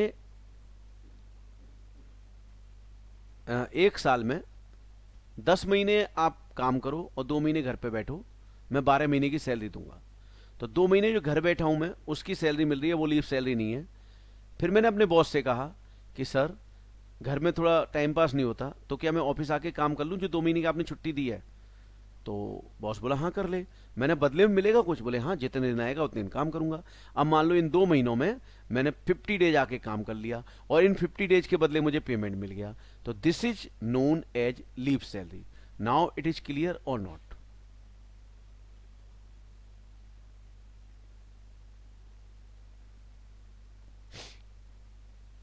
चलिए, अब बात आती है जो लीव सैलरी है। अब मैंने 50 डेज काम किया और अपने बॉस से उसका पेमेंट ले लिया। अब इनकम टैक्स वाले इस 50 डेज की सैलरी के साथ क्या करेंगे मैं वो बताने जा रहा हूं। 2 पार्ट में बांट लीजिए।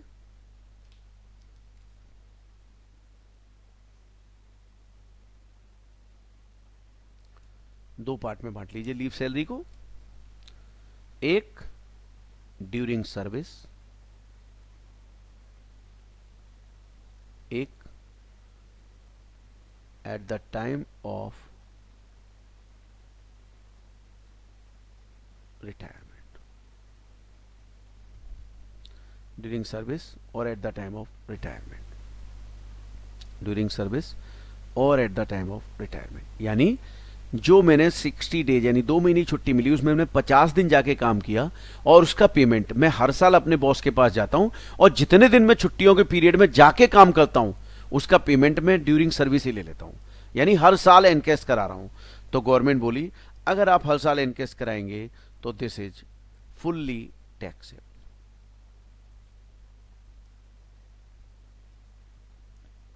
आप जैसे मर्जी एम्प्लॉय हो, गवर्नमेंट प्राइवेट जैसे मर्जी हो, फुल्ली टैक्सेबल। फिर हमने गवर्नमेंट से कहा कि कोई तरीका है जी टैक्स बच जाए, टैक्स ना देना पड़े? तो गवर्नमेंट बोली तू हर साल क्यों पहुंच जाता है एनकेस कराने, इनको इकट्ठा होने दे होने दे होने दे और at the time of retirement सारा एक साथ पेमेंट ले ले। मैंने कहा जी ऐसा भी हो सकता है, हम कर सकते हैं। तो दूसरा केस हो गया eight the time of retirement. Eight the time of retirement में 2 कैटेगरी में बांटा, यहां केवल गवर्नमेंट एम्प्लॉई है, ओनली गवर्नमेंट एम्प्लॉइज और others.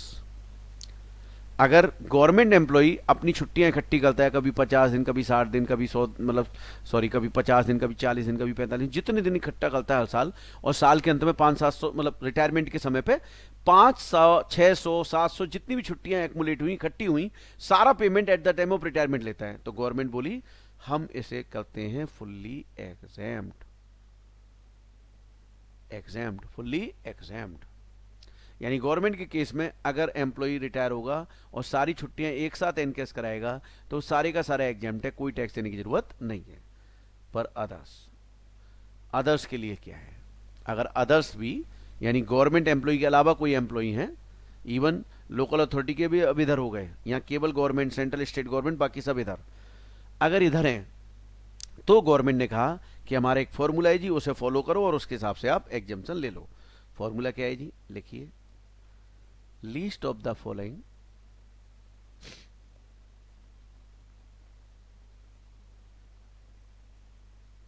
shall be exempt.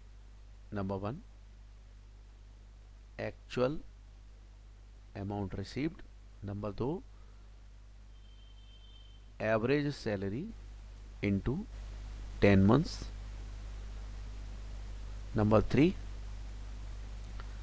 unavailed leaves into average salary. And number 4 rupees. कितना रुपया बताइए? मैक्सिमम लिमिट कितनी है?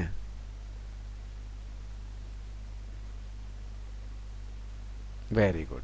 20 लाख कहां से आ गई? कुछ भी बोल रहे हो? 3 लाख। ठीक है साहब। अब आपने ये लिख लिया होगा तो मैं अब इसे एक्सप्लेन करना शुरू करता हूं। देखो, एक्चुअल अमाउंट तो हमें पता ही होगा कितना मिला क्वेश्चन में, और मैक्सिमम लिमिट भी पता है। तो अब बस ये 2 पॉइंट अगर हमें समझ आ जाए तो हमारा क्वेश्चन आराम से सॉल्व हो जाएगा। देख लेते हैं जी, ध्यान से सुनना। 10 महीने की सैलरी लेनी है एवरेज, यहां पर भी एवरेज सैलरी का मतलब लास्ट 10 मंथ। पर यहां एक बात होगी, जब आप रिटायर होगे प्रीसीडिंग द डेट, जिस डेट को रिटायर हो रहे हो उससे पहले, मान लो आप 1 जनवरी 2021 को रिटायर हो रहे हो, तो बस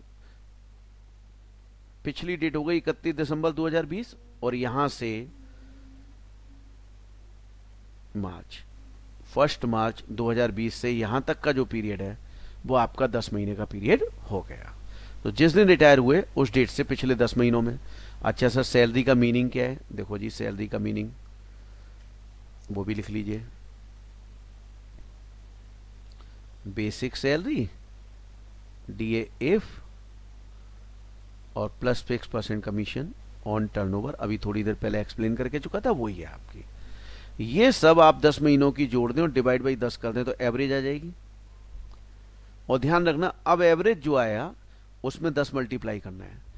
आप कहोगे सर ये क्या, मतलब मूर्खता हो रही है, हमें 10 महीने की सैलरी तो उठा के एज इट इज रख देते, आपने पहले एवरेज कराया और फिर 10 करा रहे हो। बिल्कुल मूर्खता करनी है ताकि एग्जाम में गलती ना हो। एवरेज सैलरी मल्टीप्लाइड बाई 10 करना है, क्योंकि यहां भी एवरेज सैलरी है। अगर हमने यहां 10 महीने की गलती से लिख दी तो यहां तो सही होगा 10 महीने का, पर यहां एवरेज होनी चाहिए थी, तो यहां भी तुम 10 महीने लेके जाओगे गलती से। इसलिए मैं कह रहा हूं एवरेज सैलरी लो और मल्टीप्लाइड बाई 10, खत्म। तो वो बात वहीं के वहीं आ गई 10 महीने की, और जो एवरेज सैलरी यहाँ है वो यहाँ आ गई। तो बस अब हमें सीखना क्या है? केवल अनअवेल्ड लीव निकालना सीखना है। अगर अनअवेल्ड लीव निकालना सीख लिया तो बस हमारा क्वेश्चन सॉल्व हो गया। तो देखिए, यही टेक्निकल है, इसलिए ध्यान से सुनना आप। मैं एक एग्जाम्पल ले रहा हूं। मान लीजिए मैं किसी कंपनी में जॉब करता हूं और मैंने वहां 20 साल और 9 महीने जॉब की, और मुझे 1 साल में 1.5 महीने की छुट्टी लेने की एंटाइटलमेंट थी। मतलब मैं 1 साल में 1.5 महीने छुट्टी ले सकता हूं। ध्यान से सुनना, 20 साल में मैं, मतलब 1 साल में 1.5 महीने ले सकता था, एंटाइटलमेंट है। तो 20 साल 9 महीने, 9 महीने मतलब ये तो इग्नोर करना है, पार्ट ऑफ द ईयर। तो सबसे पहले हम निकालेंगे टोटल एंटाइटलमेंट क्या है।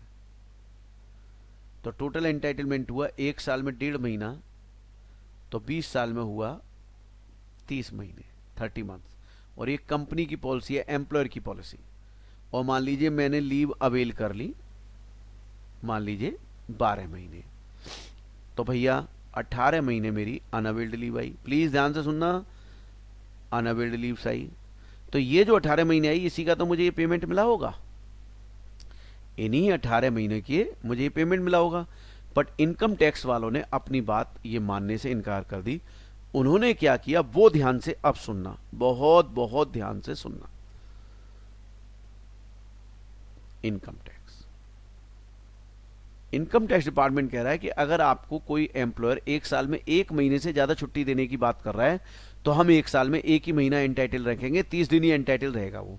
तो बताइए, एज पर इनकम टैक्स 20 साल में फिर 20 ही महीने होंगे।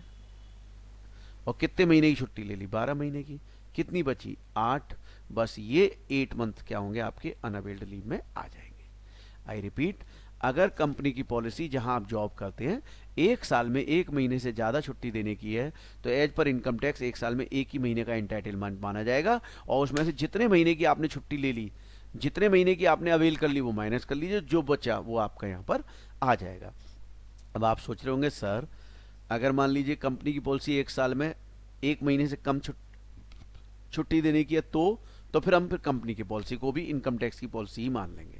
मान लो एक साल में 25 दिन छुट्टी दे रही है, तो फिर इनकम टैक्स वाले कह रहे हैं फिर हमारी बात मत मानो, फिर तो तुम खुद ही कम हो, तो फिर हम तुम्हारे हिसाब से ही फिर हम छुट्टी मानेंगे 25 दिन, वही एंटाइटलमेंट मान लेंगे। तो बताइए ये समझ आया जो मैंने आपको समझाया? फिर मैं एक क्वेश्चन दूं, करोगे? एक क्वेश्चन कर लो तो उससे और कॉन्सेप्ट क्लियर हो जाए, क्योंकि टेक्निकल चीजें तो कर लेना चाहिए हमें। एक क्वेश्चन ठीक है, मैं दे रहा हूं आपको बस।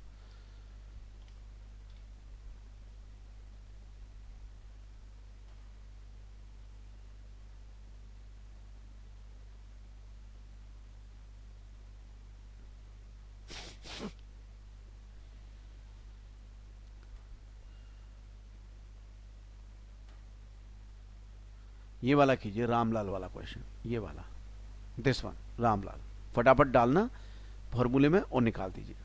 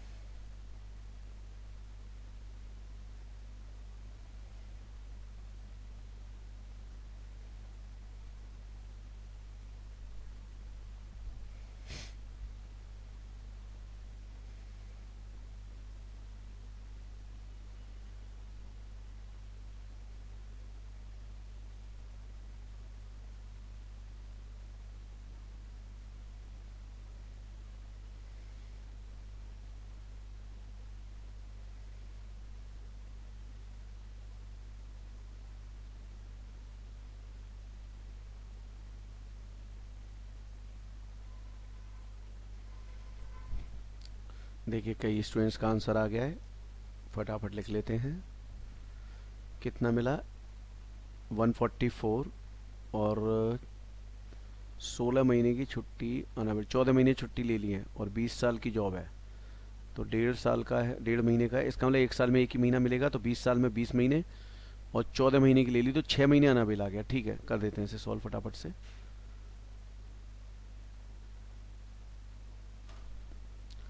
144 यहाँ आ गया। एवरेज सैलरी क्वेश्चन में गिवन है क्या? जरा बताइए, अगर है तो कितनी है? 8800। ओके, तो 8800 इंटू 10 यानी 88,000, और यहाँ भी 8800 आ गया। अनअवेड लीव, तो मैंने ही बताया था कि एज पर इनकम टैक्स एक साल में एक महीना, तो 20 साल में 20 महीने ले सकते हैं, और शायद 14 इन्होंने अवेल कर लिए, तो 6 बची।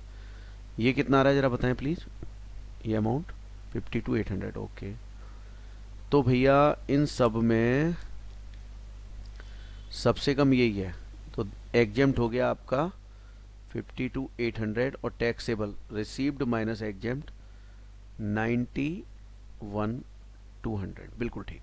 तो बताइए, एकदम समझ आ गया? कोई मन में डाउट है तो पहले वो पूछे, फिर मैं आगे बढ़ता हूँ। फटाफट बताइए, कोई डाउट है तो। क्लियर है?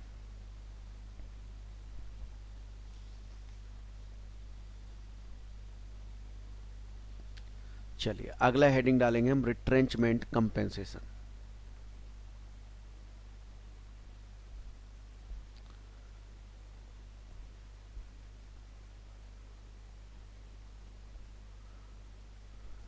Retrenchment compensation. रिट्रेंचमेंट कंपेंसेशन क्या है वो ध्यान सुने। देखिए कई बार तो एम्प्लॉयर विवश हो जाता है अपने एम्प्लॉय को निकालने के लिए। कैसे? एक बात बताइए, आपके ऑर्गेनाइजेशन में, आप एम्प्लॉयर हो, आपके ऑर्गेनाइजेशन में एक एम्प्लॉय ऐसा है जो ना खुद काम करता है ना किसी और को करने देता है। आप बताइए, आप उसे कंटिन्यू करेंगे या निकाल देंगे?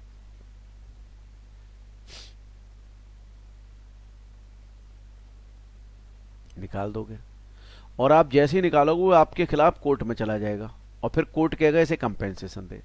तो आजकल के एम्प्लॉयर क्या करते हैं, कंपेंसेशन सामने रखते हैं, एम्प्लॉय को बुलाते हैं, बोले इधर आ, पैसे उठा, और कहते हैं अब शक्ल मत दिखाइयो अपनी, मतलब तूने इतना टॉर्चर कर दिया कि अब तुझे देखना नहीं चाहते हम। अब वो चूंकि उसे हमने पैसे दे दिए, कंपेंसेशन दे दी, अब वो कोर्ट वोर्ट में तो जाने से रहा, तो अब वो जो कंपेंसेशन लेके जा रहा है तो इनकम टैक्स वाले मिल जाएंगे, बोले इधर आ भाई पैसे मिलेगा, कहेगा एक तो नौकरी चली गई ऊपर से तुम्हें अपनी पड़ी है। पर देखिए ध्यान रखिएगा, पैसे मिले हैं तो साइड इफेक्ट तो आएंगे। गांधी जी अगर आए हैं तो साइड इफेक्ट साथ में लाएंगे ही लाएंगे। और साइड इफेक्ट क्या है? टैक्स लगेगा। कैसे लगेगा? गवर्नमेंट ने कुछ एग्जेम्प्ट किया और कुछ पे टैक्स लगाया और सिंपल सा फॉर्मूला बना दिया, list of the following shall be exempt. Number 1, actual amount received. Number 2, 15/26 into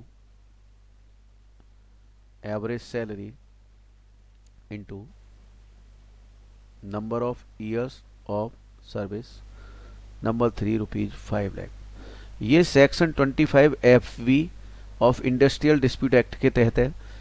सब कुछ पढ़ा हुआ है आपका, 15/26, एवरेज सैलरी और number of years, average salary last 3 months की, number of years part of the year if in excess of 6 month will be convert into full year, मतलब बिल्कुल ग्रेचुटी वाला, बट यहाँ 3 महीने की है और सैलरी में थोड़ा सा चेंज है, बस वो सुन लीजिए थोड़ा सा। Employer contribution to any fund, provident fund वगैरह, ग्रेचुटी और बोनस, ये 3 आइटम छोड़ के जो कुछ भी एम्प्लॉयर से मिला उनको जोड़ दीजिए, डिवाइड बाई 3 कर दीजिए, एवरेज सैलरी आ जाएगी, वो यहाँ फुट कर देनी है आपने, simple. Gratuity, bonus, employers contribution to RPF etcetera, किसी प्रोविडेंट फंड वगैरह में अगर ट्रांसफर किया है, ग्रेचुटी या बोनस, इन 3 को छोड़ के बाकी सबका एवरेज करेंगे 3 महीने का और वो आपकी यहाँ पे सैलरी आ जाएगी। So this is very simple, we are not wasting time on this is simple. Third point, 5 lakh rupees, 5 lakh rupees, 5 lakh, maximum limit is 5 lakh, right. चलिए, so I think this is clear, ये इतना टफ भी नहीं था। चलिए अब आप डालेंगे voluntary retirement, compensation on voluntary retirement, compensation on voluntary retirement, heading डालिए।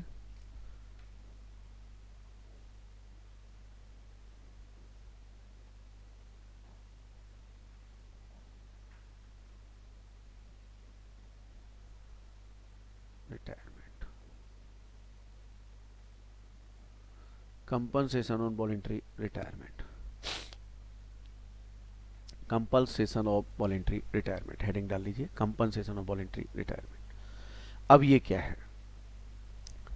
देखिए 90s के दौर में जब 99 के आसपास की बात आई, 96 में क्या हुआ था कि बड़ा बूम आया था वर्ल्ड में और उसके बाद एकदम से इकोनॉमी डाउन हो गई। अब हुआ क्या, जब काम बढ़ता है तो लोग अपने एम्प्लॉय अपॉइंट कर लेते हैं और जब काम नहीं रहता है तो वही एम्प्लॉय फिर एम्प्लॉयर को बड़े बुरे लगने लगते हैं। क्यों? क्योंकि वो काम तो हो नहीं रहा और बैठे की सैलरी देनी पड़ रही है। तो ऐसी स्थिति में इंडस्ट्रीज ने गवर्नमेंट से बोला कि भैया आप ऐसी कोई पॉलिसी लेके आओ कि लोग वॉलंटरीली, मतलब स्वेच्छा से, खुद अपने मन से, खुद अपने दिल से रिटायरमेंट के लिए प्रेरित हों, इंस्पायर्ड हों। तो गवर्नमेंट एक स्कीम लेके आई थी, गोल्डन हैंडशेक स्कीम, और उसमें उन्होंने कुछ अपनी गाइडलाइंस दी थी और एक रूल था, रूल 2BA,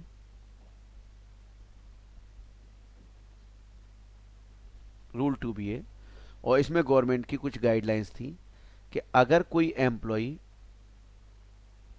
एम्प्लॉयर इन बातों को ध्यान में रखते हुए रिटायरमेंट लेंगे, वॉलंटरी रिटायरमेंट लेंगे, तो गवर्नमेंट बोली कि एम्प्लॉयर तुम अपने एम्प्लॉय को कुछ कंपेंसेशन दो जो तुम्हें देनी है, और हम भी क्या करेंगे उसमें से कुछ एग्जाम्शन दे देंगे, बट हमारी एक शर्त है कि हमारी गाइडलाइंस के अकॉर्डिंगली रिटायरमेंट होना चाहिए voluntary.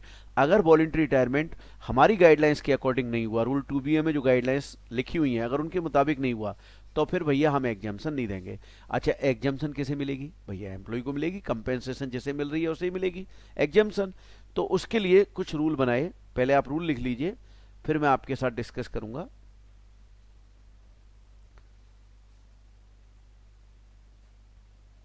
As of employ 40 years और मोर, या 10 years service completed with this employer. ठीक है। Number 2, applicable to all employees except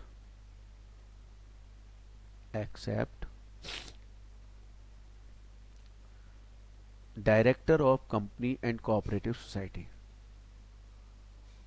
company or cooperative society। Number 3, overall strength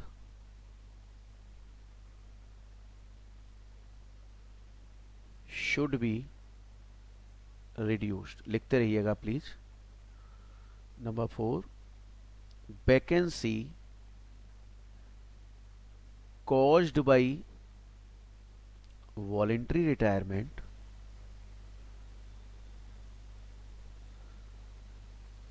cannot be filled up again। Next point, retiring employee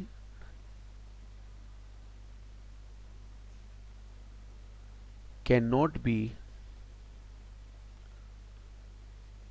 employed in an other sister concern। ये पांचों point आप लिखिए, मैं discuss करता हूं।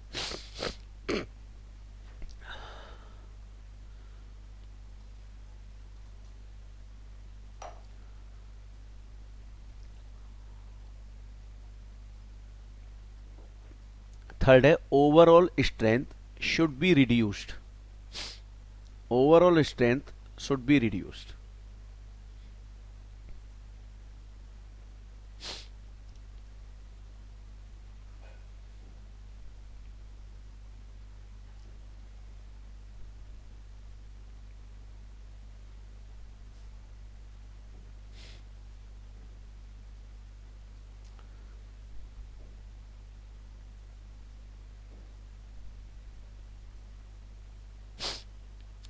सबने लिख लिया?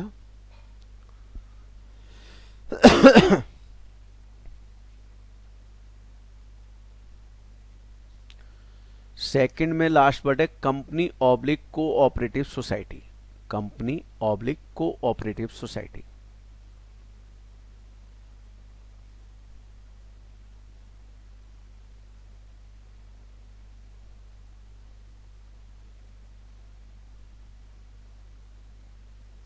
चलिए अब मैं इसे एक्सप्लेन कर रहा हूं, आप लोग सब ध्यान से सुनेंगे।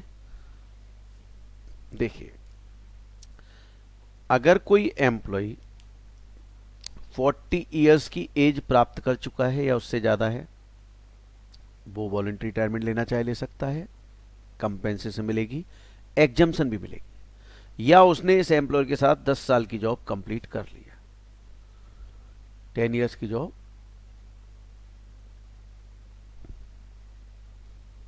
कंप्लीट कर ली है, राइट। अब मेरा एक सवाल है आप लोगों से, सिस्टर कंसर्न लिखा हुआ है वो, सिस्टर कंसर्न, ठीक है। एक सवाल है मेरा, मैं ना तो 40 साल का हुआ ना मैंने 10 साल की जॉब की, पर मैं वॉलंटरी रिटायरमेंट लेना चाहता हूं, क्या मैं वॉलंटरी रिटायरमेंट ले सकता हूं इस पॉइंट के मुताबिक? देखिए ऐसे क्वेश्चन इंटरव्यू में पूछे जाते हैं और ज्यादातर स्टूडेंट फेल हो जाते हैं इंटरव्यू में जवाब देने से पहले। शब्द सुने नहीं आपने, दोबारा सुनो। ना मैं 40 साल का, ना मैंने 10 साल की जॉब की, मैं वॉलंटरी रिटायरमेंट लेना चाहता हूं, मैं ले सकता हूं वॉलंटरी रिटायरमेंट या नहीं ले सकता? बिल्कुल ले सकता हूं, बट मुझे एग्जाम्शन नहीं मिलेगी। एग्जाम्शन चाहिए तो मुझे ये बात पूरी करनी पड़ेगी। क्लियर? चलिए, ये वाला पॉइंट मैं अभी आप लोगों के ऊपर छोड़ रहा हूं। मैं पहले 3 का लॉजिक समझा रहा हूं, फिर मैं आप लोगों से इसका लॉजिक पूछूंगा। अब गवर्नमेंट कह रही है कि भैया आप ही ने तो शिकायत की थी कि साहब हमारे यहां ओवर स्टाफिंग हो गई है, तो अगर मान लो तुम्हारे यहां 100 एम्प्लॉय हैं और एक रिटायरमेंट लेना चाहता है, तो अब आपकी ओवरऑल स्ट्रेंथ कितने एम्प्लॉय की रहनी चाहिए? 99 की। तो मतलब इस वॉलंटरी रिटायरमेंट की वजह से आपकी ओवरऑल स्ट्रेंथ क्या होनी चाहिए? कम हो जानी चाहिए। और जो जगह खाली हुई वो can not be filled up again, दोबारा नहीं भरी जाएगी। और एक बात, retiring employ can not be employed in another sister concern, मतलब मान लो मेरी ए और बी 2 कंपनियां हैं, मैंने यहां से एक्स को रिटायरमेंट दिला दिया वॉलंटरी, और उससे कहा चल तू यहां आ जा, यहां ज्वाइन करा देता हूं, तो बात तो वहीं की वहीं आ गई भाई। यहां से लायबिलिटी कम कर दी तो यहां लायबिलिटी आ गई। तो वो कह रहे हैं नहीं जी, अगर आपने रिटायरमेंट लिया है तो आप सिस्टर कंसर्न में भी अपॉइंट नहीं होंगे। अब बताइए, पहला तीसरा चौथा पांचवा, चारों पॉइंट समझ आ गए?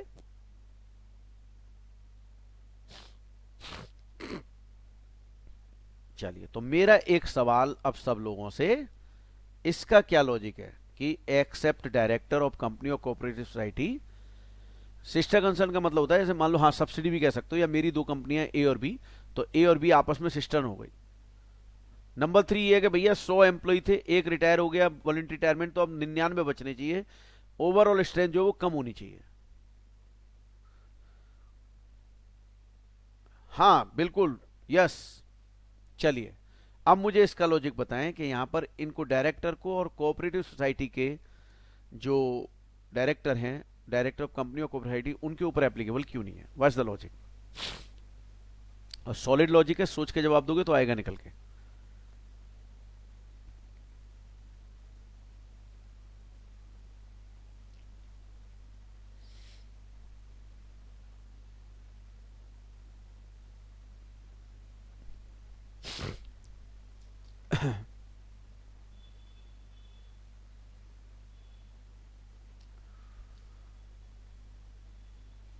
सब लोग लिखें प्लीज, जो जो आपके मन में आ रहा है जवाब लिखें।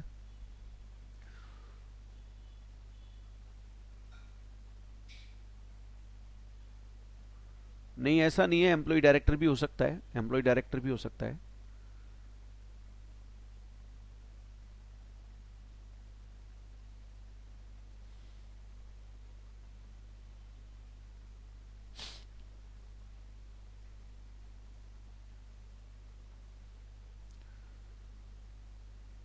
नहीं, ये लॉजिक नहीं है नूर। और सोचो क्या लॉजिक हो सकता है, दिमाग लगाओ सब लोग।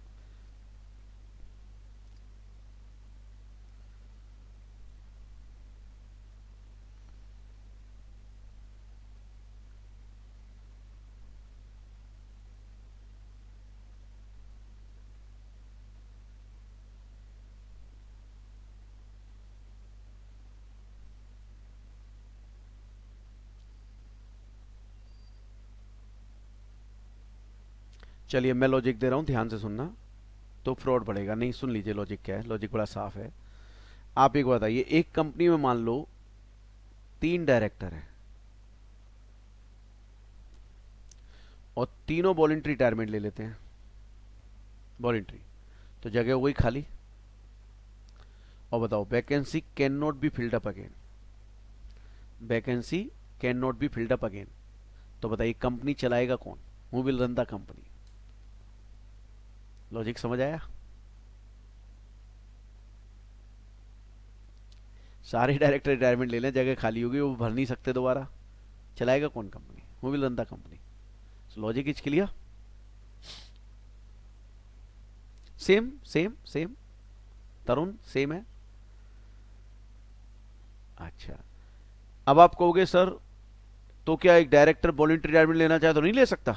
बिल्कुल ले सकता है, किसने मना किया है? बट बताइए क्या प्रॉब्लम होगी उसके साथ फिर? एक डायरेक्टर वॉलंटरी रिटायरमेंट लेना चाहे तो मैंने कहा ले सकता है, लेगा तो क्या नुकसान है, उसको क्या होगा? हाँ बिल्कुल सही लिखा है आपने, एग्जाम्शन नहीं मिलेगी, खत्म बात, ले ले भैया जितना मर्जी। क्लियर? तो यहां तक पॉइंट एकदम समझ आ गया। अब मान लीजिए सारी कंडीशन सेटिस्फाइड कर दी, तो बस इसके बाद अब इसे कंपेंसेशन मिली, तो उसको कैसे एग्जेम्प्ट करते हैं वो मैं लिखने जा रहा हूं। लीस्ट ऑफ द फॉलोइंग, मेरे साथ साथ लिखिए please, shall be exempt. Number one, actual amount received. Number two, 3 into last month salary into number of years of service, और completed year लेने, पूरे पूरे पार्ट छोड़ देना है। लास्ट मंथ सैलरी जो ऊपर लिया वो यहां लेंगे, into number of months left for service, last month salary into number of months left for service, and 4 is rupees 5 lakh. Salary का मतलब basic salary, DAF, fix percent commission on turn होगा।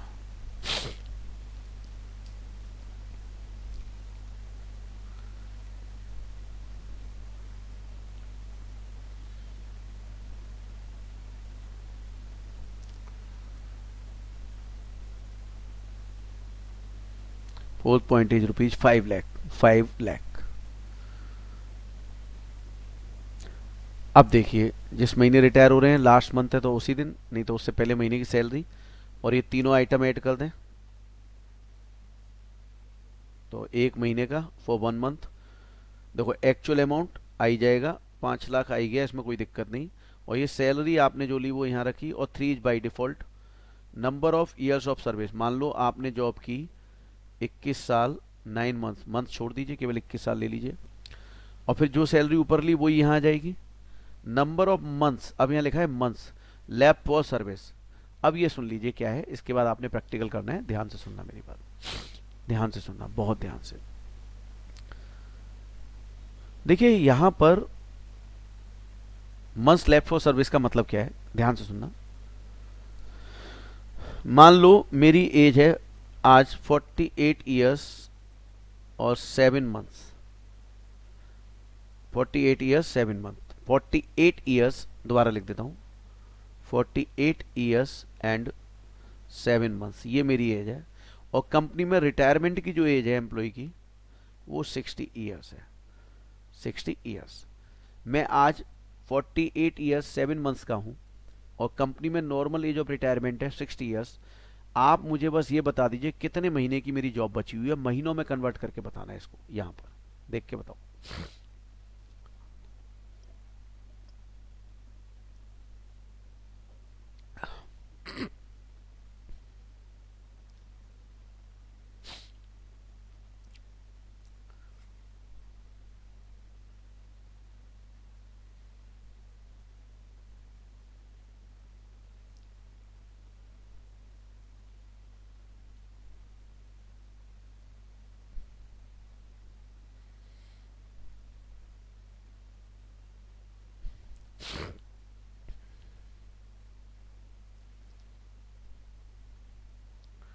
देखिए बड़ा सीधा सीधा फंडा है, 7 महीने का मतलब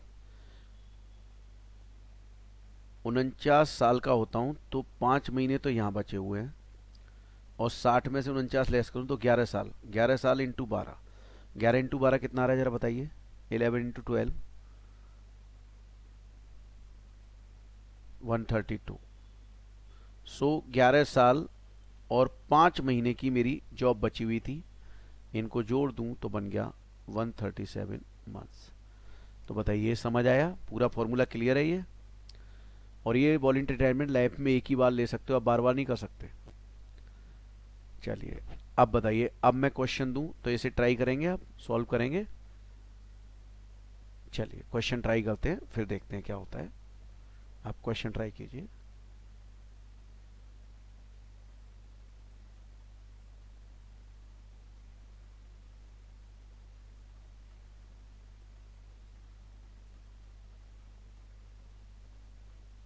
ये वाला क्वेश्चन ट्राई कीजिए, शर्मा जी वाला।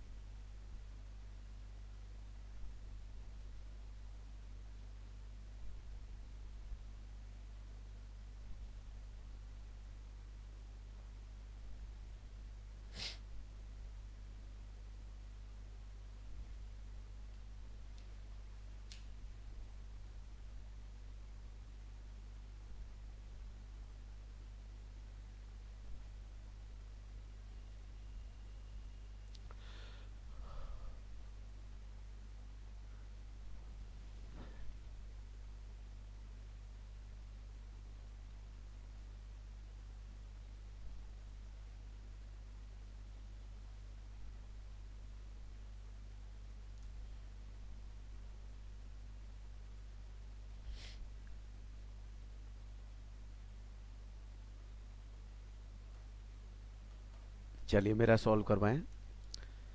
एक्चुअल अमाउंट है 8,75,000, 5 लाख बाई डिफॉल्ट है। अब यहाँ पे करते हैं 3 इंटू सैलरी। बेसिक सैलरी कितनी है? 11,500। डीए इफ बता दीजिए जरा कितना आ रहा है। 88 का 8800 का 60% है ना, कितना है? हाँ 60%, 5280। Okay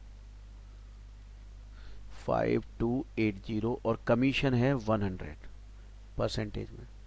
so this is 17,780। Okay 17,780 into number of years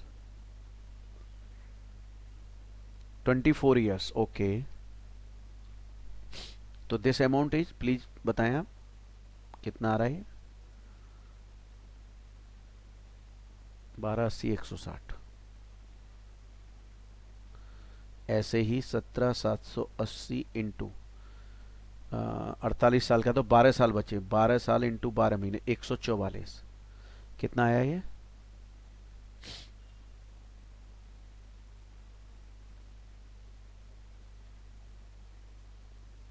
अड़तालीस साल की एज है ना, तो 60 नॉर्मल एज है, तो 12 साल बचे। 12 इंटू 12 144, 144। 25 60 320, 25 60 320। तो बताइए सबको ये क्लियर है कि नहीं, एकदम समझ आया कि नहीं आया? सबसे कम देखिए कौन सा है, सबसे कम है हमारा this amount, so this is exempt, और रिसीव्ड हुआ 875, 875 minus 5 lakh, so 3,75,000 is taxable. So is it clear to all of you or not?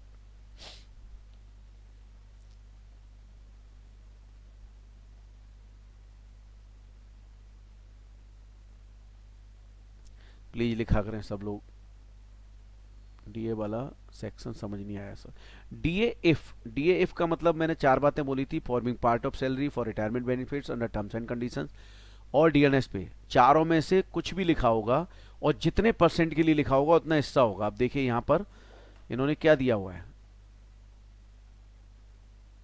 इन्होंने कहा 60% के लिए फॉर रिटायरमेंट बेनिफिट, तो 8800 है, इसका 60% रिटायरमेंट बेनिफिट के लिए है, इसलिए हम लोगों ने 60% लिया है, डीए इफ 60% लिया।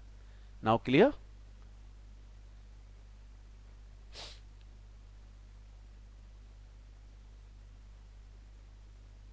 हाँ 60% लेना था। चलिए एक टॉपिक और ले रहा हूं और फिर आज की क्लास हम रोक देंगे। यहां आ जाते हैं लीव ट्रेवल कंसेशन पे। Leave travel concession, leave travel concession, देखिए हमारी गवर्नमेंट ने, देखिए मैं आपसे एक सवाल पूछता हूं कि एक मान लो 2 महीने 3 महीने 4 महीने हम कंटिन्यूसली पढ़ते जा रहे हैं, पढ़ते जा रहे हैं, पढ़ते जा रहे हैं, पढ़ते जा रहे हैं, पढ़ते जा रहे हैं, तो एक दिन ऐसा नहीं होता कि मन नहीं लगता पढ़ाई में, एक दो दिन के लिए मन हट जाता है, तो ये ह्यूमन नेचर है, ऐसा होता है। तो ऐसे ही मान लो मैं पढ़ाए जा रहा हूँ, पढ़ाए जा रहा हूँ, पढ़ाए जा रहा हूँ, पढ़ाए जा रहा हूँ, काम करे जा रहा हूँ, करे जा रहा हूँ, करे जा रहा हूँ, तो मैं भी थकूंगा यार, तो मेरा भी एक दिन हो सकता है ना हो। तो ऐसी स्थिति में हमारी गवर्नमेंट बोली कि भाई हमारे एम्प्लॉयज, सबसे पहले गवर्नमेंट ने निकाली थी कि हमारे एम्प्लॉयज भाई काफ़ी काम करते हैं, थक जाते हैं, तो हम उन्हें एक काम करते हैं, रिफ्रेश करने के लिए बाहर भेजते हैं। पर बाहर का मतलब अपने होम टाउन से बाहर, जहाँ जॉब कर रहे हैं वहाँ से बाहर, पर इंडिया से बाहर नहीं, विद इन इंडिया, राइट। तो अब बाहर भेजेंगे तो बाहर घूमने का खर्चा, रहने का खर्चा, ये सब कौन बियर कर रहा है? एम्प्लॉयर। तो अब बात आ रही है कि जो ये खर्चा दिया जाता है, इसे नाम क्या दें? इसको बोला जाता है लीव ट्रेवल कंसेशन। ध्यान रखना, अगर एग्जाम में लीव ट्रेवल अलाउंस दिया है तो फिर ये जो पढ़ा रहा हूं सब बेकार है, 100% टैक्सेबल होगा। Leave travel allowance is 100% taxable. लेकिन अगर लीव ट्रेवल कंसेशन लिखा हुआ आ रहा है तो इट इज कॉल्ड एलटीसी। तो एलटीसी अगर होगी तो उसमें देखिए टैक्सेबिलिटी क्या होगी, क्या रूल है उसके, क्या नियम कायदे कानून है, वो मैं पढ़ाने जा रहा हूँ।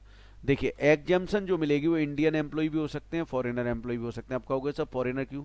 आज मान लिया कोई विदेशी कंपनी इंडिया में, फॉरेन कंपनी इंडिया में है, तो वो क्या करती है, इंडिया में हेड जो बनाएगी वो अपनी कंट्री का बनाती है ज्यादातर, उसे अपने बंदे पर ज्यादा भरोसा है, राइट। तो फॉरेन एम्प्लॉय भी हो सकता है, इंडियन एम्प्लॉय भी हो सकता है, प्रेजेंट एम्प्लॉय, पास्ट एम्प्लॉय, कोई भी हो सकता है। अब जब बाहर जाने की बारी आई तो कौन जा सकता है? खुद फैमिली मान लो मैं, मेरी वाइफ, मेरे बच्चे, मेरे मदर फादर ब्रदर सिस्टर, ये जा सकते हैं डिपेंडेंट हो तो, ठीक है। In connection proceeding leave in place in India is exempt and from farmer, मतलब मेरा करंट एम्प्लॉयर भी हो सकता है और पास्ट एम्प्लॉयर भी हो सकता है, यानी मैं ड्यूरिंग सर्विस भी जा सकता। अब कहोगे सर पास्ट एम्प्लॉयर क्यों होगा? भैया मेरे उससे रिलेशन अच्छे हैं, वो बाहर जाता है, मुझे अभी भी याद कर लेता है, तो मैं अभी भी चला जाता हूँ उनके साथ घूमने, राइट। तो भैया फैमिली में कौन होगा? देखिए spouse, children of the individual, brother sister, mother father, wholly और मेनली, मतलब parents, brother sister of the individual, wholly और mainly dependent on the individual. अगर मैं हूं तो मेरे ब्रदर सिस्टर, मेरे मम्मी पापा जो मेरे ऊपर पूरी तरह से डिपेंडेंट है, वो भी बाहर घूमने जा सकते हैं। अब बात आती है बाहर घूमने जाएंगे तो कैसे जाएंगे? बोले जी अगर बाई एयर जाएंगे तो बाई एयर वो कह रहे हैं कि एक तो शॉर्टेस्ट रूट पकड़ना है आपने, और economy fair, economy fair shortest route आपका एग्जाम्प्ट होगा। मतलब मान लो मैं गोवा जाना चाहता हूँ दिल्ली से, तो एक दिल्ली से गोवा की डायरेक्ट फ्लाइट है, मान लो 6,000 की, पर मैंने कहा मैं तो दिल्ली से मुंबई जाऊंगा, मुंबई बॉम्बे, और बॉम्बे से गोवा जाऊंगा। अब वो फ्लाइट पड़ रही है मान लो मेरे को 10,000 की, तो इनकम टैक्स डिपार्टमेंट कहता है कि भैया तू डायरेक्ट भी तो जा सकता था, तूने लॉन्गेस्ट रूट क्यों लिया? तो शॉर्टेस्ट रूट की कितनी थी? 6,000, और तूने खर्चा कराया 10,000, तो 4,000 रुपये एम्प्लॉय के हैंड में टैक्सेबल हो जाएगा। फिर बात आती है कि सर अगर ट्रेन से जाएंगे तो same, first AC exam, first AC से ऊपर ट्रेन में कुछ होता नहीं, तो फर्स्ट एसी एग्जाम। अब मान लो मैंने क्या किया, अपने बॉस से फर्स्ट एसी टिकट कराई, पैसे रिम्बर्स कराए, और उसके बाद फर्स्ट एसी की टिकट कैंसिल करा दी और मैंने 3 टायर करा दी। अब समस्या आ गई इनकम टैक्स वाले ओरिजिनल टिकट मांगेंगे तो मेरे पास 3 टायर की होगी, फर्स्ट एसी की तो होगी नहीं, वो तो कैंसिल होकर खत्म हो जाएगी। तो मैंने लिए तो फर्स्ट एसी के पैसे, गया 3 टायर से, तो फिर से डिफरेंस बच गया। उस डिफरेंस में मुझे क्या देना पड़ेगा, टैक्स देना पड़ेगा। फिर बात आती है कि सर ऐसी जगह गए जो रेल से कनेक्टेड नहीं है, तो ठीक है, फर्स्ट क्लास और डीलक्स बस का फेयर वही शॉर्टेस्ट रूट। और अगर कोई रिकॉग्नाइज सिस्टम नहीं है, अगर रिकॉग्नाइज है तो वो जो वहाँ का फर्स्ट क्लास और डीलक्स बस का फेयर है उसके हिसाब से, मान लो फर्स्ट क्लास या डीलक्स बस का फेयर है फॉर एग्जांपल 100 रुपये पर पैसेंजर। अब मैं, मेरी वाइफ और 2 बच्चे गए तो 400 रुपया हो गया खर्चा। पर मैंने क्या किया, मैं वहाँ के रिकॉग्नाइज सिस्टम से नहीं गया, बल्कि मैंने एक पर्सनल टैक्सी की और टैक्सी में 2000 रुपये लगे। तो मेरे बॉस ने मुझे 2000 रिम्बर्स कर दिया, पर इनकम टैक्स वालों को अच्छा नहीं लगा। इनकम टैक्स वाले बोले कि भैया 400 खर्च हो सकता है, तेने 2000 क्यों खर्च करवाए, तो तेने 1600 रुपये अपने फायदे के लिए खर्च कराए, तो इस 1600 पे क्या देना पड़ेगा, टैक्स। और अगर ऐसी जगह आप जाते हो जहाँ सिस्टम रिकॉग्नाइज नहीं है, तो गवर्नमेंट कहती है कि हम एज्यूम करेंगे अगर यहाँ ट्रेन चल रही होती तो ट्रेन के हिसाब से जो फेयर होता वो एग्जेम्प्ट होता, और बाकी हम क्या कर देंगे, टैक्सेबल, राइट। अब बात आती है कि भाई बच्चे कितने जा सकते हैं इसमें, तो देखिए ध्यान से सुनना, बहुत इंपॉर्टेंट बात बताने जा रहा हूँ। इस पे 4 नंबर का क्वेश्चन आया हुआ है, और बहुत ध्यान से सुनना मेरी बात, बहुत ध्यान से। 1 अक्टूबर 98 से पहले तो जितने मर्जी बच्चे जा सकते थे, पर 1 अक्टूबर 98 ऑनवर्ड्स हम दो, हमारे 2 जाएंगे, बाकियों को छोड़ना पड़ेगा आपको। लेकिन यहां भी 2 केस हैं, प्लीज ध्यान से देखना, केस 1 और केस 2। अब मान लीजिए फर्स्ट टाइम बर्थ हुई बच्चे की, और वो सिंगल बर्थ हुई, एक बच्चा हुआ, और नेक्स्ट टाइम मान लो मल्टीपल चाइल्ड हो गए, और मान लो यहां एक सिंगल था और यहां 3 हो गए, तो अब बच्चे कितने हो गए, 4। ध्यान से सुन, अच्छा मेरी वो नहीं दिख रही होगी आपको स्क्रीन, मैं स्क्रीन दिखाता हूं अभी, प्लीज ध्यान से सुनना, बड़ी इंपॉर्टेंट बात बताने जा रहा हूं, ध्यान से सुनना प्लीज। मैंने 2 केस लिए, फर्स्ट टाइम सिंगल बर्थ हुई एक बच्चा, और नेक्स्ट टाइम मल्टीपल बर्थ हो गई 3 बच्चे, तो बच्चे हो गए 4।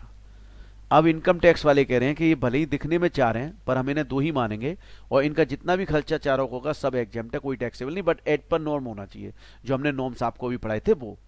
अब मैं सेकंड केस ले रहा हूं, मान लो फर्स्ट टाइम 2 या 3 हो गए, और सेकंड टाइम 1।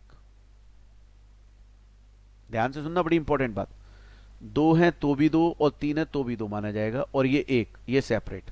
इसका मतलब 2 बच्चे एग्जेम्प्ट कैसे होंगे, अब मैं साधारण शब्दों में समझाने जा रहा हूं कि फर्स्ट टाइम सिंगल बर्थ तो बाद वाली मल्टीपल बर्थ बराबर भी 1 माना जाएगा, तो 2 हो गए। लेकिन अगर फर्स्ट टाइम ही 2 या 3 हुए तो वो 2 माने जाएंगे, और second will not be considered. बोलो बात समझ आई या नहीं आई, ये इंपॉर्टेंट पॉइंट था। फर्स्ट टाइम सिंगल हुआ, सेकंड टाइम मल्टीपल हुआ, तो मल्टीपल बराबर भी 1, तो 1 पहला और 1 ये, मतलब भले ही देखें 2 या 3 4, पर 2 ही माने जाएंगे। पर सेकंड टाइम में फर्स्ट टाइम मल्टीपल बर्थ हो गई, तो वो 2 हैं तो भी 2, 3 है तो भी 2, पर नेक्स्ट जो है वो नहीं माना जाएगा, राइट। तो मैंने रिपीट भी कर दिया तरुण, अब आपको समझ आ गया होगा, मैंने रिपीट भी कर दिया कि फर्स्ट टाइम सिंगल बर्थ थी, सेकंड टाइम मल्टीपल है, तो वो मल्टीपल भी 1 ही माना जाएगा, और एक 2। लेकिन अगर दूसरे टाइम 2 या 3 है तो वो 2 हैं, फर्स्ट बर्थ और सेकंड बर्थ फिर कंसीडर नहीं की जाएगी। इसमें एक और इंपॉर्टेंट पॉइंट है, मैं चाहता हूं पहले आप लोग पढ़ें, फिर मैं एक्सप्लेन करूंगा आपको। ये वाला पॉइंट आप लोग पढ़ें, फिर मैं डिस्कस करता हूं, ये वाला पॉइंट ये पढ़ें, पढ़िए इसे।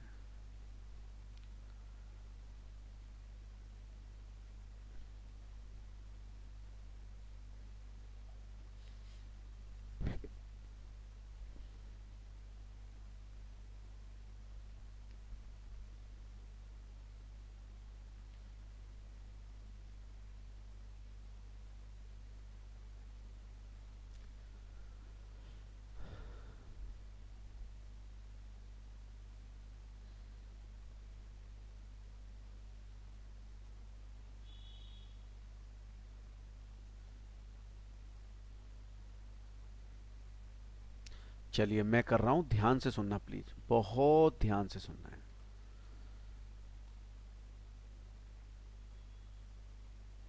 प्लीज ध्यान से सुने। 4 इयर्स कैलेंडर इयर्स का एक ब्लॉक है, मान लो ब्लॉक 1/1/14 से कैलेंडर ईयर 31/12 को खत्म होता है 17, तो ये 4 साल का एक ब्लॉक बन गया। ध्यान से देखो, 4 साल सही लिखे हैं मैंने, या 3 साल है ये?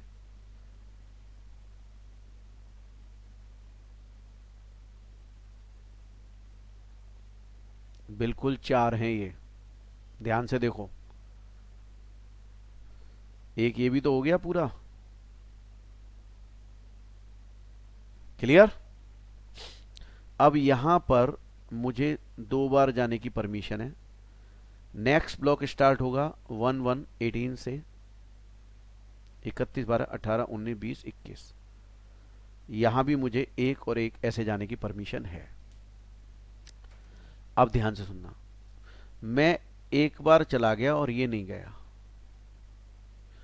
तो गवर्नमेंट कह रही है कि ये एक आपकी कैरी फॉरवर्ड हो जाएगी और आपको फर्स्ट ईयर में ही, यानी 31/12/18, 1/1/18 से 31/12/18 के बीच ही अवेल करनी पड़ेगी आपको, अवेल करनी पड़ेगी।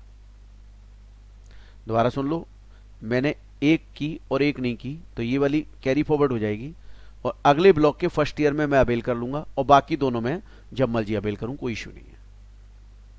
अब मैं फैक्ट चेंज करता हूं, मैंने कोई नहीं की, इस ब्लॉक को खाली जाने दिया, तो भी एक ही कैरी फॉरवर्ड होगी और वो भी अगले ब्लॉक के फर्स्ट ईयर में ही मुझे अवेल करनी पड़ेगी। बात समझ आई? और मतलब मैं एक अवेल करूं एक भी ना करूं, कैरी फॉरवर्ड सिर्फ एक होगी, वो भी अगले ब्लॉक के फर्स्ट ईयर में ही अवेल करनी पड़ेगी। बाकी एज इट इज है, आप जैसे मर्जी। अच्छा सर, यहां भी मैंने एक अवेल की, यहां भी अवेल की, तो अगले ब्लॉक में भी एक ही कैरी फॉरवर्ड होगी, कैरी फॉरवर्ड एक ही होगी बस। तो बताओ एकदम क्लियर है कि नहीं?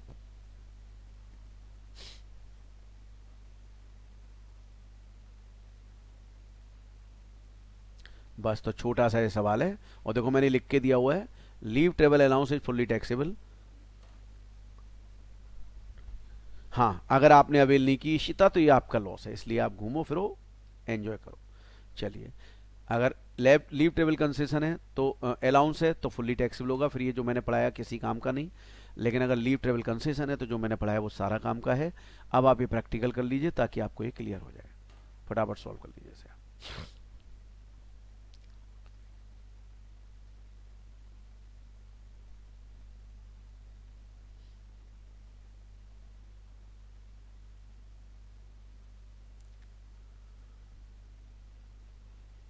1 son age 6 year, twin daughters 3 years।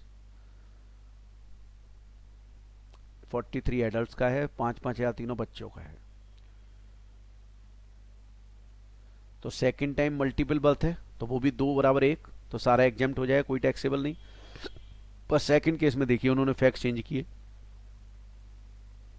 अगर ट्विन 6 ईयर ओल्ड होते तो पहली बार में ही 2 थे, तो अगला जो 3 ईयर है वो एग्जाम नहीं होगा, वो टैक्सेबल हो जाएगा आपका।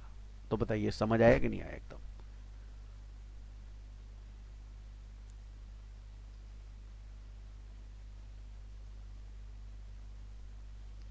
तो आज का जितना हमने पढ़ा एकदम क्लियर है, ऑल इज क्लियर, समझ आ गया सारा? अगर आया तो प्लीज फटाफट लिख दें। All clear, very good, okay, very good, बहुत बढ़िया। तो कल की क्लास के लिए आप लोग प्लीज आगे का पढ़ के आए तो थोड़ी और स्पीड ले सकूं मैं, है ना, क्योंकि सिलेबस ज़्यादा से ज़्यादा मुझे ख़त्म करना है। और जब आप पढ़ के आएंगे ना तो रिपीटेशन की संभावना कम होगी, ठीक है? तो आज की क्लास में मैं सर हाउस प्रॉपर्टी में ग्राउंड रेंट का कैश मिलेगा तो फुल्ली टैक्सेबल है दोस्त, फिर तो सोचना ही नहीं है। हाउस प्रॉपर्टी में ग्राउंड रेंट वगैरह एक्सपेंस कुछ नहीं करेंगे, उसे कुछ नहीं करेंगे। पहले हुआ करता था, आज से 20 साल पहले ग्राउंड रेंट वगैरह की डिडक्शन मिलती थी, अब नहीं मिलती वो, ठीक है? तो क्वेश्चन पुरानी चले आ रहे हैं, तो इसलिए टेंशन नहीं लेनी है, उन्हें छोड़ देना है आपने। तो चलिए आज की क्लास यहीं ख़त्म करते हैं। Thank you very much, good night to all of you, thank you.